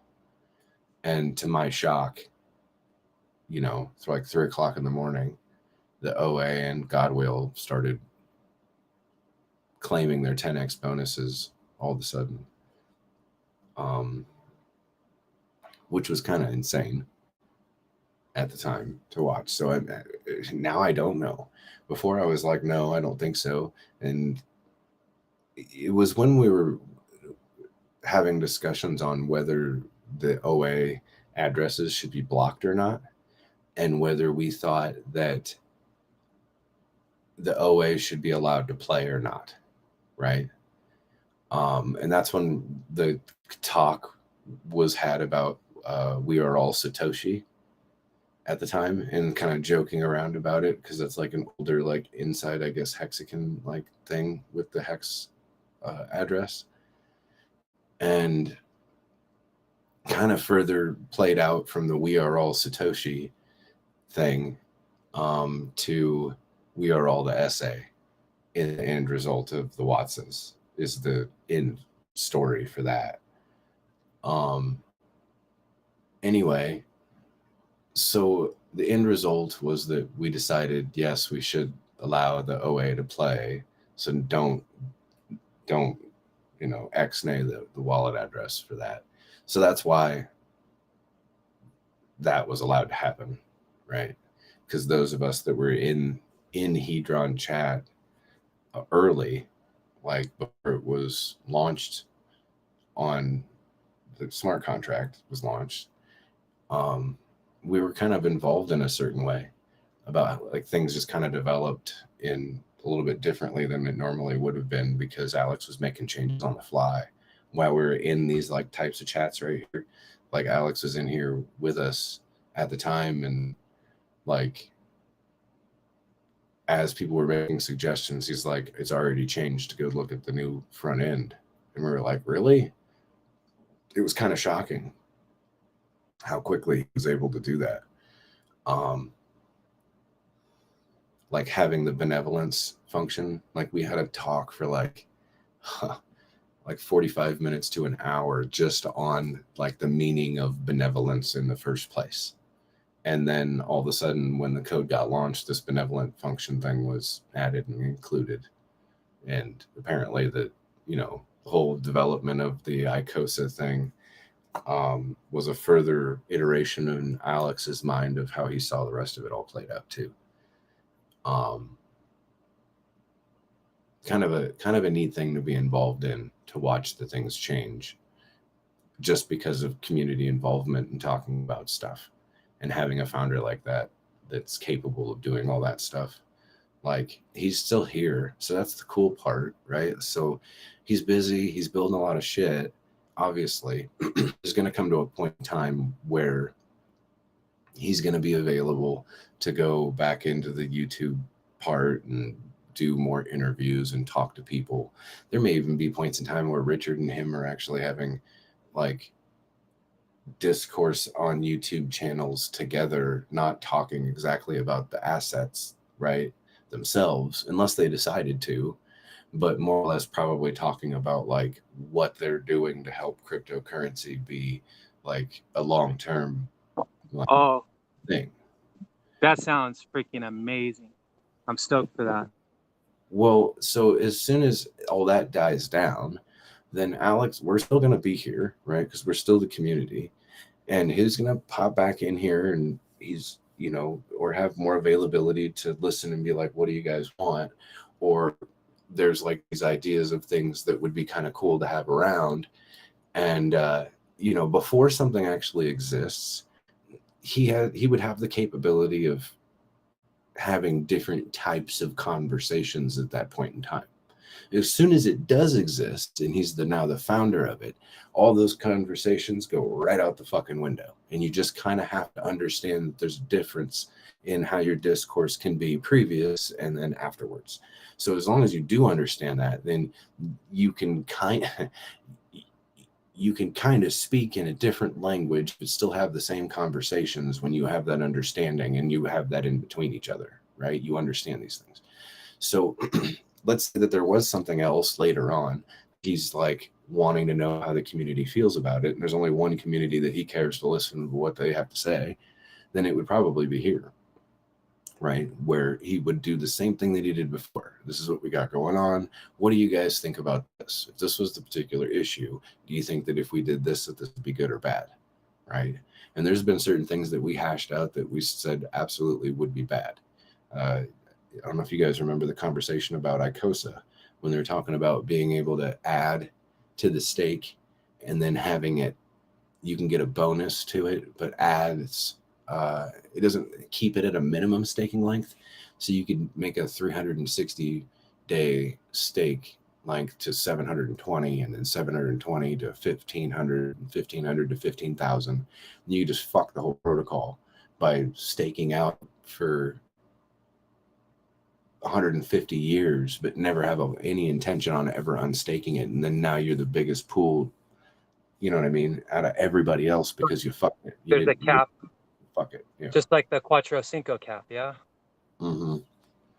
Well, no, there's the cap. There is no cap now, right? For anybody. It's just minimum staking lengths and that's it. But before it was like you could, if you were to add to your stake, then you would have an incentive of a bonus that you would get. But but you would like you'd be able to compound your yield, but it would add the time to the initial time that you had. So your minimum staking length would be 360 to 720 to 1500. Or, you know, it could be your minimum staking length out to 15 years, minimum staking length at that point in time. Your intention would be to take the yield. If your intentions were pure, then that would be fine. But if your intentions were not pure, then you could just push it out to 1,000 years, pay all the gas to push it out and keep extending it, and then take all yield without adding a whole bunch of actual assets to the pool. You could just push it out so far that you garner a higher T point position in the yield, right? So that's not good. So he actioned that idea out, even though at first it was like, yeah, there'd just be so many reasons why that would be beneficial. For people who intended on actually using the protocol for what it's intended for, and realized that it would have possibly killed the whole project if it was launched like that. So got rid of that idea.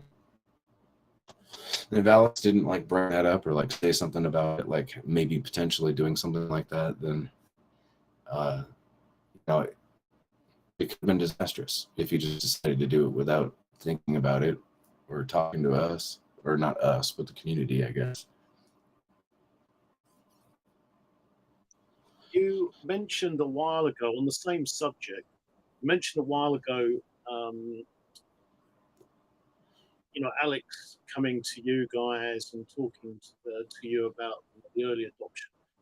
On the 10x multiplier, was that purely because he wanted to ensure adoption and he wanted to give people an incentive to come in? Because a lot of people, not including myself, because I benefit from the 10x multiplier greatly, but other people will say, well, you know, you've got the sharks dumping, and had he modeled all that in? And also, yeah, was the reason behind the 10x multiplier simply his fear that the protocol might not get any traction at all? So he needed people to, or he needed an incentive to get people in and build up the traction? Yeah, sure, absolutely.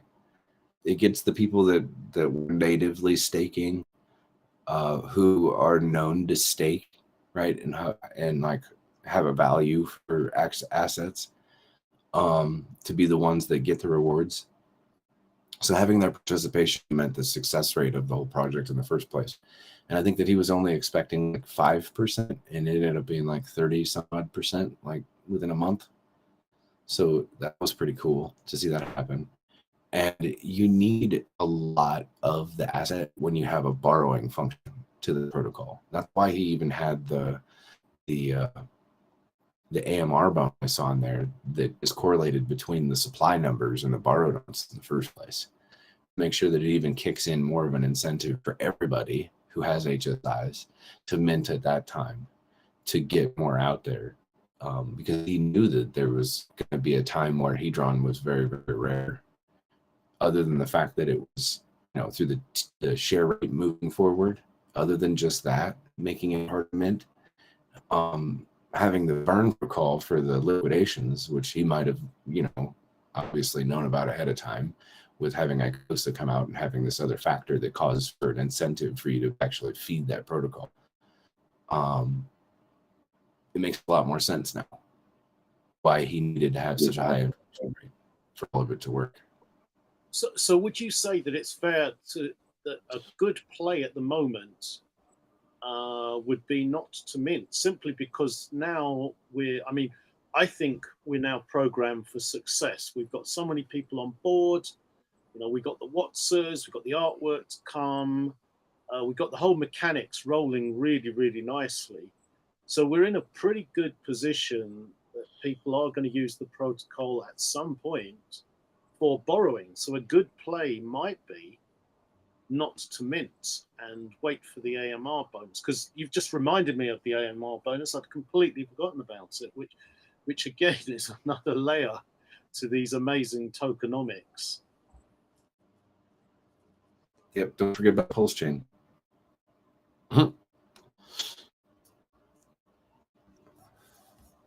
No, It's going to be, because we're now on what I would call, you know, the snowball is sort of gathering so much critical mass that it looks as though the protocol will be used for what it was always intended, which is its, you know, ability for people to borrow against it. So that AMR is more likely to be triggered now than, say, at the beginning, when there was maybe, is it going to get adopted? Are people going to get on board? How long is it going to take? So as I said, you've just reminded me that an interesting play would just be not minting and holding back for the AMR. absolutely, yeah. It gives you an incentive to make an HSI native stake too. You know, amongst being able to tokenize it and move it around, which is amazing.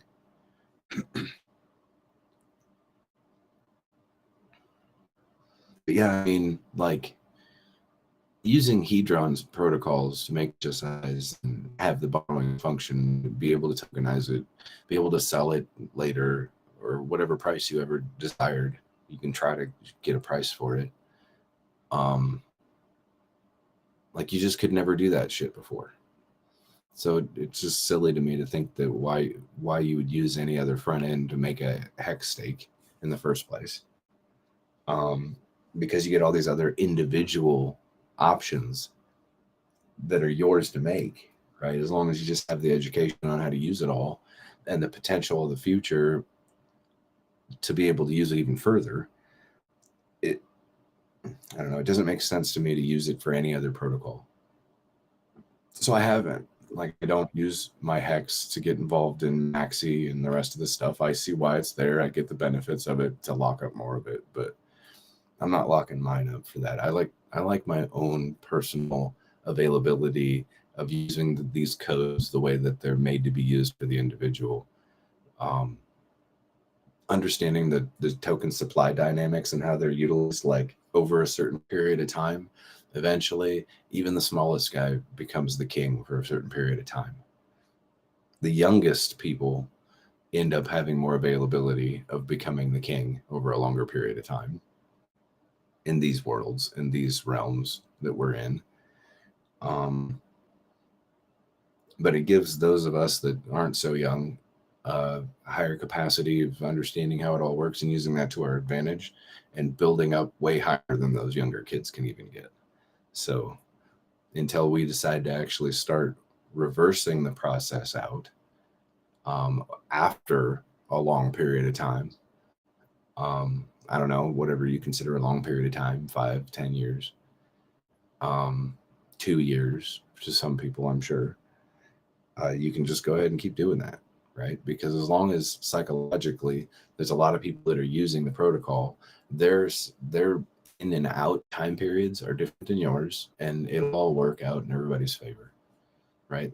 It incentivizes the non-bank run thing to happen, right? To having that spread out over 365 days in multiple years and having more people allows for more availability for success for everybody else.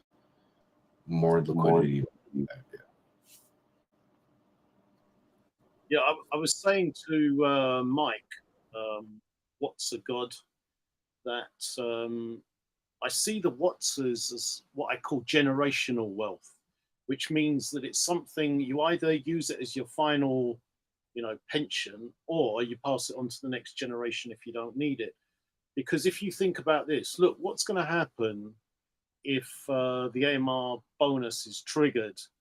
Imagine Godwell minting his Hedron, then putting it into, he's going to get 10 times more than he would do. He puts it into the Hedron staking pool. He gets his Icosa, and then his play is 360 days. He takes it over and puts it into the Icosa pool. Well, he'll be distributing 20% of his wealth to the Watsa pool. And if that's a few years' time or a year's time, we know some people are coming out of the Watsa pool because they'll be too tempted. So actually, there's going to be this really interesting redistribution of wealth via the God Whale, because he's now in a position where he's got more money than he could ever spend in his life or even his future generations. So he'll pass that down probably as a legacy. So yeah, like you say, it's the future generations that are going to benefit, because this is a long-term play. And us oldies, and myself included in that, 15 years, what can we do with our money in 15 years? We can buy another wheelchair or another Zimmer frame. Well, maybe I'll buy myself a gold Zimmer frame, and I'll probably buy a Lamborghini wheelchair. I'll treat myself to that. But it's going to be the younger generation that's going to benefit, and they will indirectly get the benefit of the redistribution of the God Whales bonuses via the Watsa pool.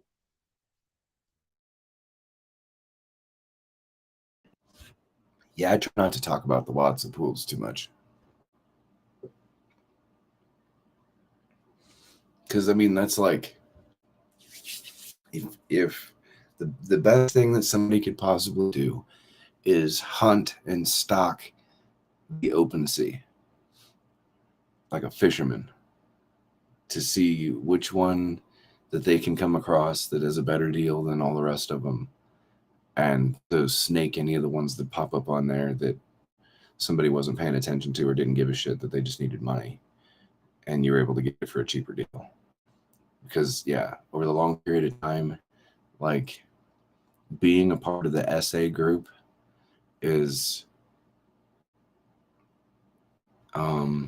having your own private allocation for being early.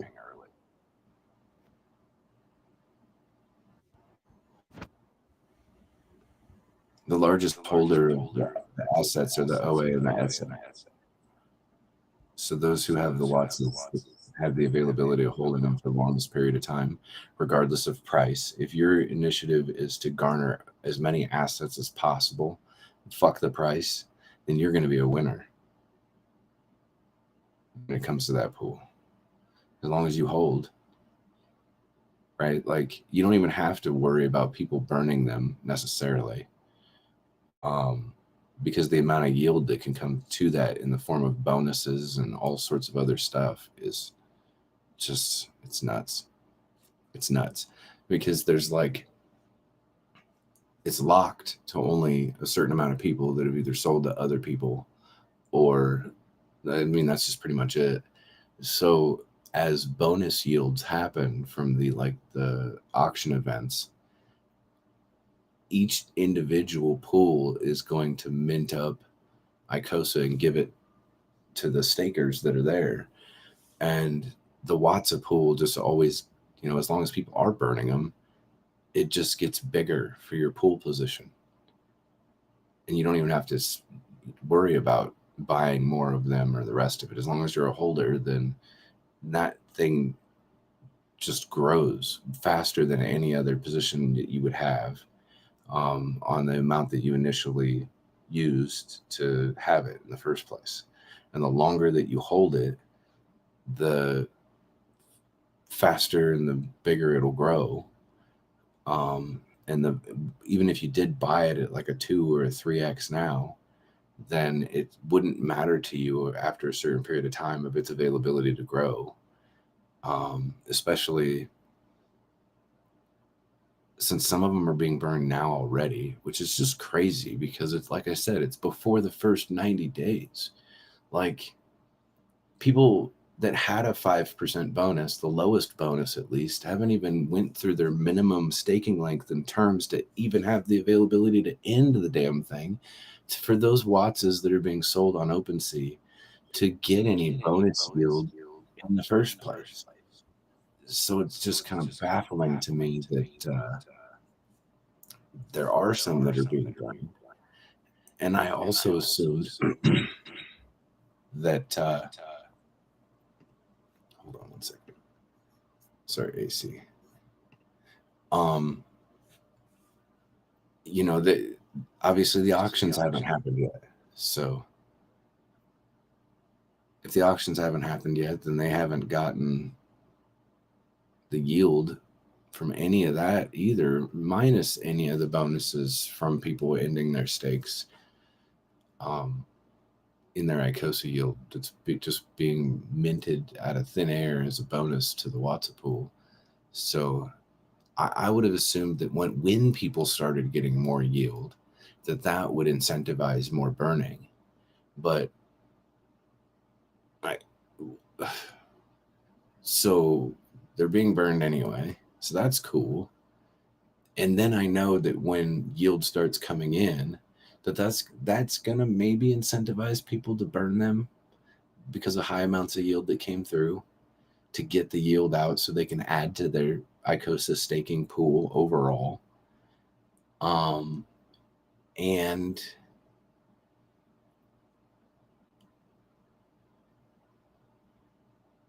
maybe people laddered them as well. So maybe a good 360 some odd days later or longer than that, because maybe they're speculating that God Whale will end his.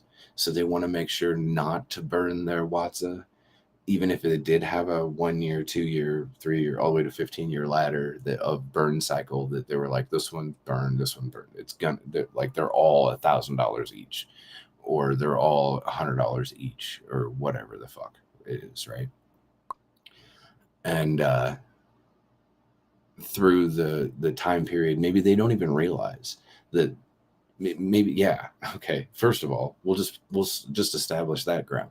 There's gonna be people that don't even realize that they have this other incentives that are happening, and after exactly 365 days after they made that thing, they just burn it because they knew that's what they're gonna do. They're just sticking to the plan. That's it. They don't give a fuck. And then 365 days later, from that point forward, they're gonna burn it again, right? And that's it. Me, if that was my intentions, and I don't have that static understanding, is that whether God will finishes their stake or not, that there will be other bigger players that have 15 and 20% bonuses on their particular stakes in the Hedron staking pool and in the Icosa staking pool. That when they end their stakes, the Watson pool is going to get the bonus copied over to them too, regardless. Having the God whale end theirs would be pretty fucking cool. But if I did have a 1 year, 2 year, 3 year, 15-year staking ladder for my Wattses and I was going to burn one regardless, it would probably be 380, 390 days later, right? Like maybe the very first year I would hold off on burning that first year Wattsa just to see, because I can't speculate on what God Whale's going to do, but I can speculate that there's an option that the God Whale is going to be able to make. And whenever I would be comfortable for that first one, at least, that he's not going to end the stake and just keep his staking position and then go, then I might feel safe on just burning the very first one for the first year at that point in time. But if it was the other thing and I got a big old bonus from it, then I might go, oh, fuck, do I really want to burn this thing? Maybe, or I might just say, fuck it. Thank God I waited and then burn it anyway, right? That's year one. I'm not going to think about it. That was already the plan. And then do that. Don't deviate from the plan. Maybe worry about that later. And then who knows? There may be more people playing a different game as soon as whenever that happens. And if God Whale did end their stake and then minted all this extra bonus yield, which you're kind of right, Rich, like Rich saying there's a transfer of wealth. At that point, it kind of would be. That any of the Wattses that are put on OpenSea are going to be a lot higher value than 3-4x than like now. Like they're probably going to be having the understanding that God will end the stake and mint out this bonus at the term when they're done, and just say that he restaked again, maybe even bigger. And you'd be like, holy shit, like those Wattses are going to be really, really valuable another year from now when they get that because he already did it once. Why wouldn't he do it again? Then people are probably going to start buying them, those Wattses on OpenSea, those who don't have any of them. And I can't speculate on that, right? Like I got to be as conservative as possible and be like, well, like if you end the stake and you don't add more Hedron to it, then you're going to be losing out on the T-share amount. But he can just mint up a bunch of Hedron off of his stakes that he currently has and then add to his stake and get the T-share rate again that he previously had before. Minting is just as much Icosa as he always has. I think it's like 13,000 a day. You imagine a 20% bonus minted to the Icosa pool after 360 days of 13,000 a day. Whatever the fuck that is. Jesus Christ. All right, let's see. 13,000 times 360. That is 4.68 million Icosa after a year. So plus 20% makes it 5.61. So that would be 936,000 Icosa minted just to the Watson pool in the bonus for that day. 936,000.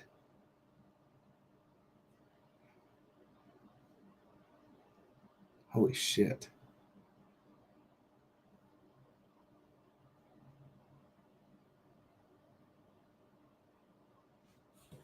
Perfect time for Mike to pop into the chat. I got to do some math here real quick, which I can't. I got to do math I can't tell you guys because I haven't done this before. Well, plus I'm not going to tell you like what my pool ownership position is in the Watson pool either. Yeah, once Oh, you start doing some math, then you really start to get into stupid numbers. Oh my God.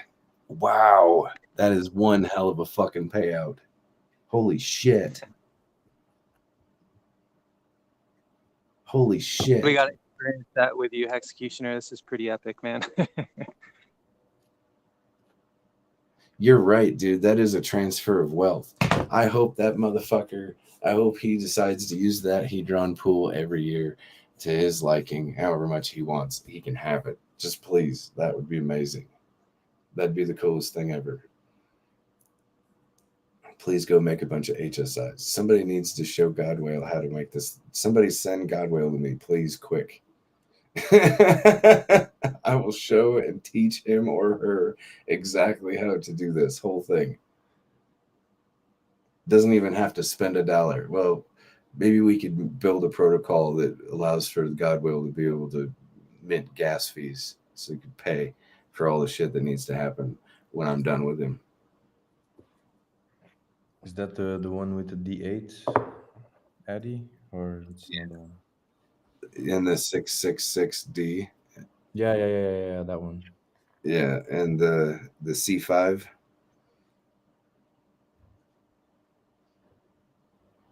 So developing the transfer of wealth idea, I think that it should be, because I know you've got good influence over the influencers and you feed them information.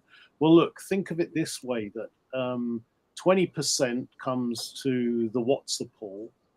So over a 5-year period, you're actually to the WhatsApp pool. The WhatsApp pool is actually going to benefit from the whole of the Godwale's Hedron output over a 5-year period. Because 20% multiplied by 5, suddenly the WhatsApp pool over a 5-year period. Well, maybe we shouldn't be talking about this. Maybe you're right. Maybe this information is just too damn hot. So after 5 years of the Godwale saying, nope, I'm just keeping my position. And then after 5 years, ends the stake and gets a 20% bonus yield to the stakers. That is 4,745,000 Icosa minted just to the WhatsApp pool.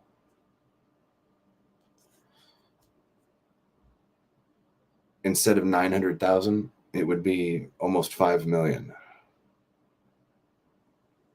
Yeah, because I was thinking about getting some WhatsApps also, and the fee. I don't have the math in my head, but it kind of feels okay for quote unquote overpaying for WhatsApp, even if it's like $20 for like 3 million or something. No, there's all sorts of prices on the WhatsApps, but I don't think it's okay if it's $3 per, what was it, 1 million or 1 million, $3 a million or something. Uh, yeah, even if you pay 20 for 3 million, you're overpaying by a lot, but you're not really, if you're looking at the future and you start crunching these numbers. I would have to agree.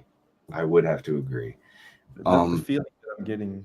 Well, just the yield alone. We were just talking about the bonuses off of one player, one big player, mind you. But in the reality of what the yield is now, people are already pretty happy with what the static yield is now.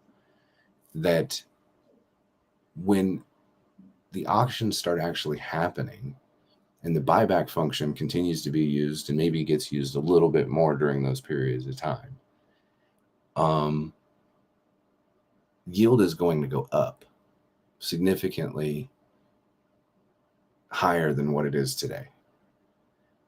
So even the Wattses are the yield every day is gonna go up significantly than what it is today as well. So it's going to bring more interest in. So the more people that we have coming in that are getting involved, that just, you know, they may not even see staking hex as doing any other thing other than being able to get Icosa to get involved in a certain respect in a higher position to the yield. They may not even be thinking about going and buying it. You know what I mean? Because like I said, people just make mistakes. They hear this, so they just go do it, right? Instead of like realizing that there's other options and that there's calculators to be able to make these things happen, right? I mean, I've seen it time and time again where somebody's like, hey, I just went and made this HSI and turned it into the buyback function, and then I got back Icosa, and now I'm realizing that if I would have spent that amount of money, that I could have just went and market bought Icosa across, you know, the market or whatever. That's what I've been contemplating as well. Right. I mean, with Hedron also.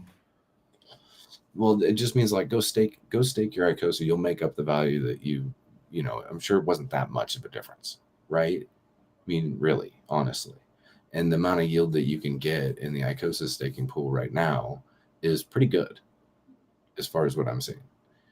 And Hedron's undervalued right now to its own ceiling price for when, you know, taking a borrow is almost more advantageous than the amount that you spent for the hex. So actually spending more on hex is advantageous for being able to use the borrow, right? Like that's kind of a funny, silly thing that ends up happening when price appreciation happens, but that's just how it is, right? That's how the case would be. I mean, I find it funny that if I spend $300 on hex and I go stake it for 555 for one T share, that there may be a time when Hedron prices where I could get more than $300 worth of Hedron from the borrow.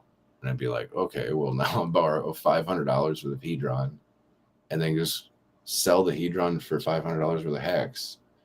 Now I've got more hex, stake that for 5555 for now maybe 2 T shares, 3 T shares, and then now borrow 15 million Hedron instead of the 5 million that I first started with. And now I'm got double the amount of hex that I started with.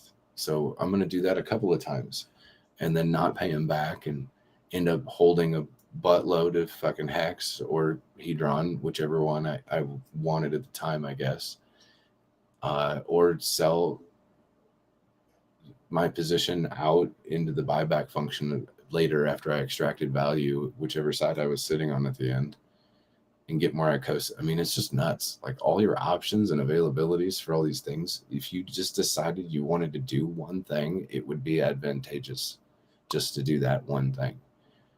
And there's like 7 different one things that you can do that you could be the professional at doing that with, right? Like just making HSIs, going on market and selling them for more than what the value is of the hex at the time. I've seen that happen. Going onto the market and just making offers to people for less than what the value is on there and actually winning them, like for a cheaper value than what's inside the hex even. I noticed that was going on with people on their bonuses on OpenSea. There was one particular individual that was going around buying everybody's HSIs. I think his name was Little Luigi. Yeah, and like you mentioned also with the auctions and people having advantages like front ends and separate front ends and stuff like that, it makes me really iffy to participate even. If I know what I'm doing and I see a good deal, I'll try to get it. But for now, I'm just gonna, for the most part, I'm just gonna do the basics. Enjoy the yield. Yep. Yeah, that's smart. That's smart too. I you know, there's a lot in me that wants to go in there and compete too, but yeah, I want to. Well, I mean, I've walked the line. Yeah, of course. The line is is definitively leading you down 3 separate paths. Dilute yourself, the middle path, dilute yourself of yield, take out of your hedron staking, use some of it as an initiative to try to at least have some power to win some stakes. And then whatever you do with those stakes, whatever, right? But this is just talking about competing in the liquidations. Don't compete at all and let the competition happen and hope that it's good enough that it doesn't need for you to be involved, right? And you'll be rewarded just by being a staker, right? That's the extreme on the other path. Or go full bore in. Go full bore into it. Try to get yourself as many HSIs as you can on the very first day. So that way you can turn all of them into the buyback function to get as much Icosa as you can, to stake it all as much as you possibly can, so that the next day's yield, you are accumulating a lot more. And then over the rest of the competition, you make sure that you've stacked your printer as big as you possibly could on the very first day by executing the greatest yield producing, maximizing fucking thing that you ever could have done. And any of those paths could be the hammer that makes multiple swords, or the hammer that breaks on the first swing. I can't be so speculative to really know exactly what's going to happen. I just know that there's, as far as the staking and the protocols ending and people having availability to their staked hedron as now possible liquid, meaning they don't have to end their stakes. It's just that their minimum is done. So on day 2, they go, okay, now I got a fuck ton of yield on day 1. I was now incentivized for not going maximized the other way. Now I pull it out, and now I go bid on day 2 because I was able to see what happened on day 1 and see how much competition was there, and it wasn't quite enough. It incentivizes for me to participate and burn more into it. So I'll take half of my current hedron and unstake it, go participate more, and keep the other half in there. And if I lose, I'll restake it in there for day 3's yield. I mean, there's some options there, right, for having it, available to you. And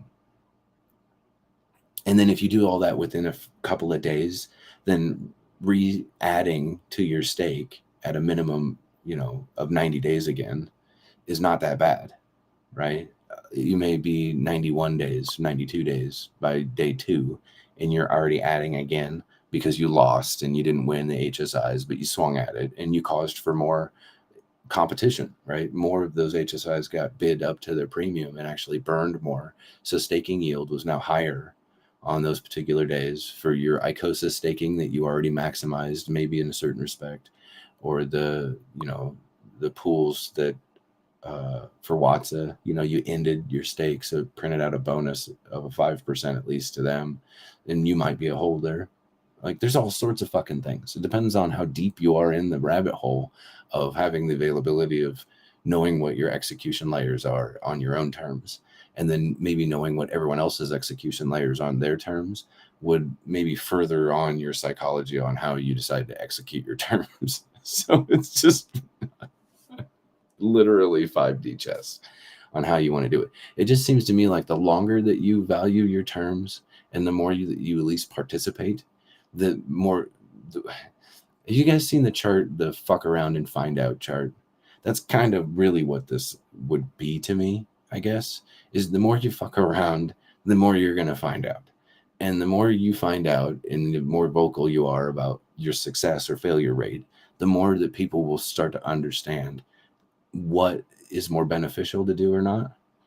And maybe the community as a whole starts to consciously talk to each other and sway each other to do it this way instead, because we learned from the last time what you should and shouldn't do, right? Like, maybe people burn after their Watsas, and then the rest of the Watsa holders are like, oh dude, I banked so much because I didn't, and I'm holding on to this. And there's a lot of people that are getting involved in this thing now, so thank God I'm still involved with where I'm sitting at and didn't lose my term, right? Didn't lose my extra available optionality of my Watsa, at least. And my hedron staking minimum days on it since people are in there. Like imagine if God whale stopped staking and then didn't stake. Like all of a sudden you become a bigger fish in that pool all of a sudden, and then your yield goes up, right? It's also significant to the bonuses too, right? As far as like a player being staked and lowering the overall total supply versus the staked supply, giving people a higher bonus at that particular time.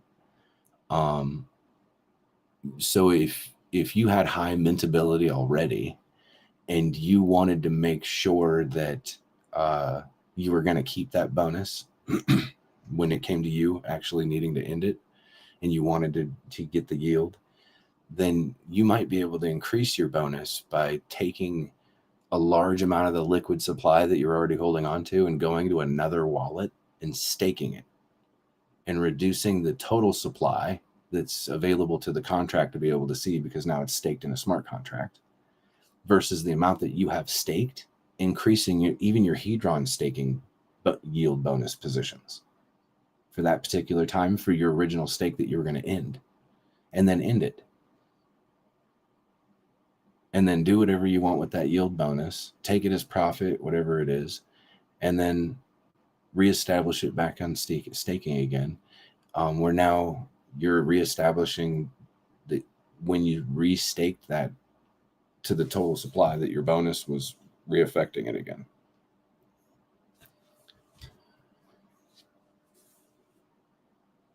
So that's a cool way to deal with the Icosa staking, at least when it comes to Icosa staking. With it burning the yield is pretty significant. Yeah, I'm just focusing on getting my foot in the door in all the coins. You know, start staking, and then when it comes out, just plan ahead a little bit to on a strategy to what to do with the yield. You know, split it up, reinvest in pounds, take the profit, whatever. It will all become clear by, like you said, you know, just acting on it and just involving yourself in the ecosystem and just seeing what's up. Yeah, I think there's going to be websites that are going to track all this information daily, like hexfire.info. There's a couple of hexmodel.com is one that I saw pop up. There's a couple, I don't know, it's going to be nuts. Watsa NFT sandbox stuff and all sorts of crazy.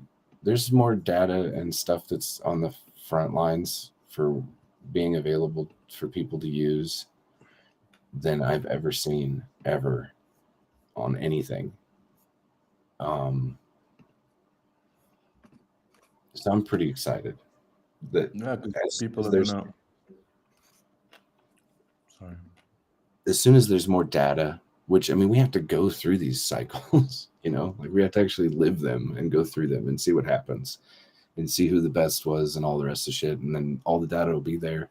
And we'll be able to look at the charts and like make it like significant in conversations about what we see and what it looks like and why. And then maybe make a better understanding of what the future could be based off of the end results, like monitoring that buyback function and seeing how often it actually gets used during those days after the auction, right? How do they get used? I wouldn't assume that as soon as somebody got it, they were immediately going to put them right back in.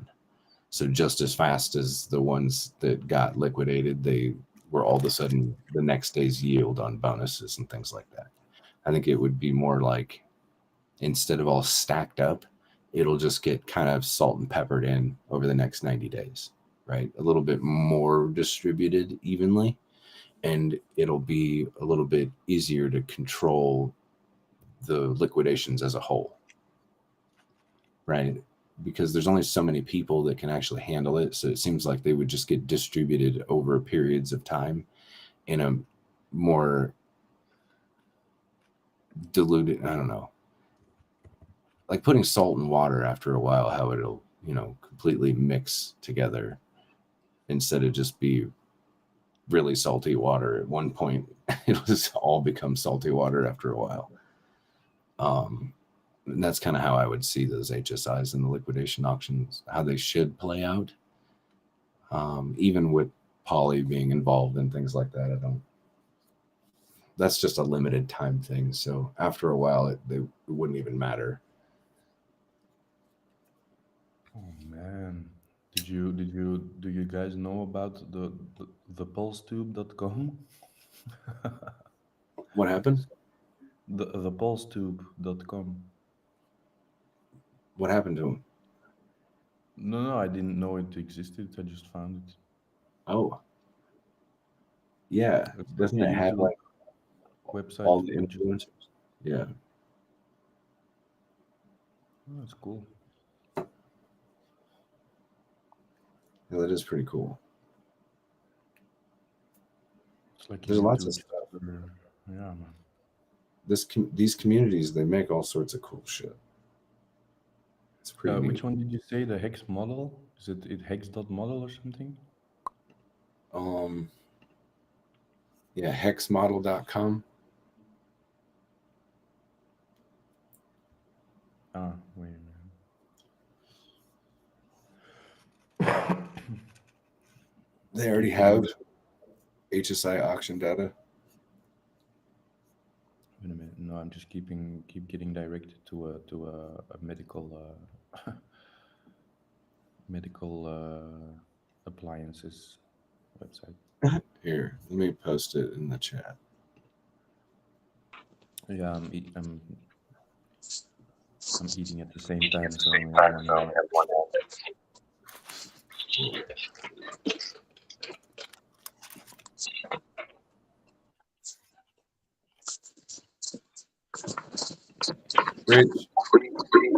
Rich, Razan.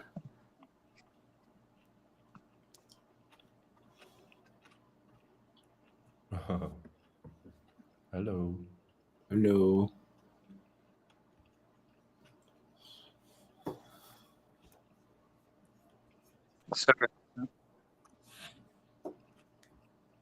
It looked like the owner of the phone.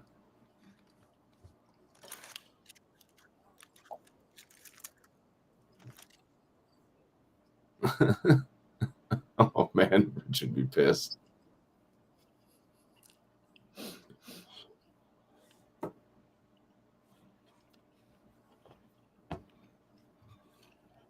I was expecting a Cheech and Chong voice like, "Hey guys."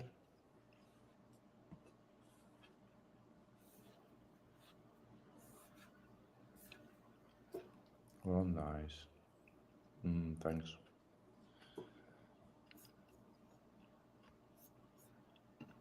So yeah, that hex model, you're able to look at all sorts of information on there. It's pretty cool. Yeah. It's pretty clear also. It's Yeah. nice.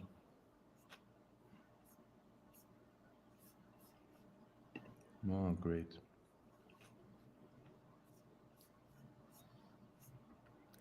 Goes into the hex bookmark. Yay. Man.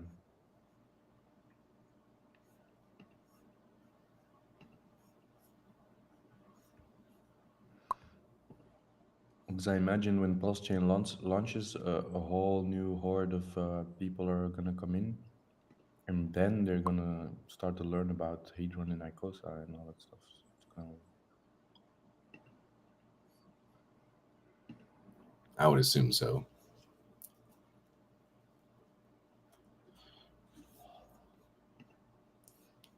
Or, I mean, and people might find out about Icosa too.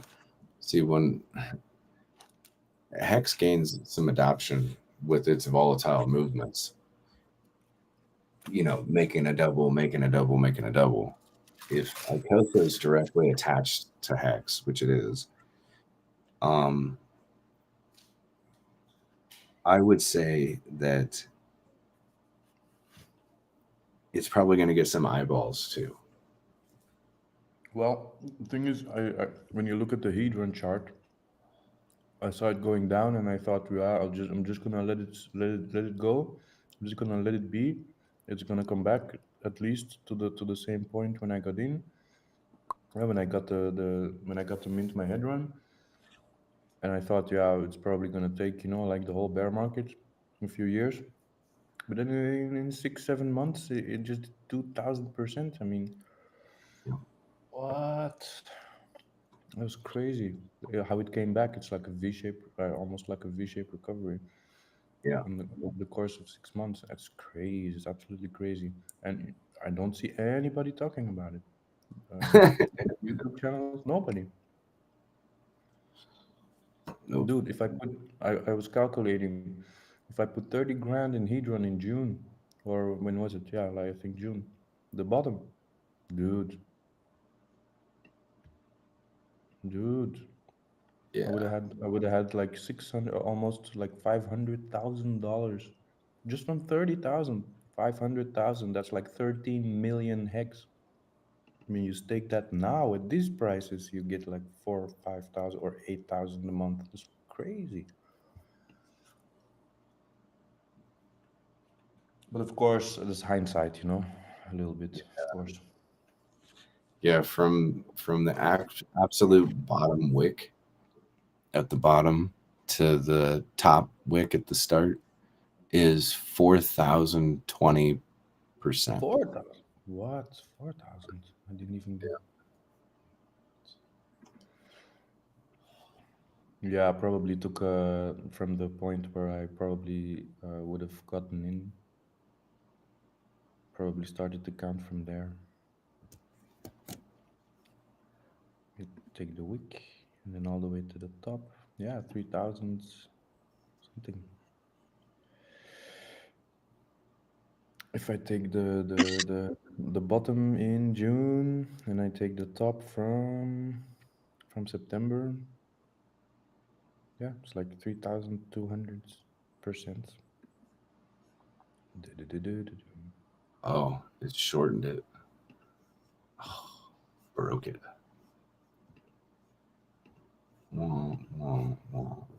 Delete.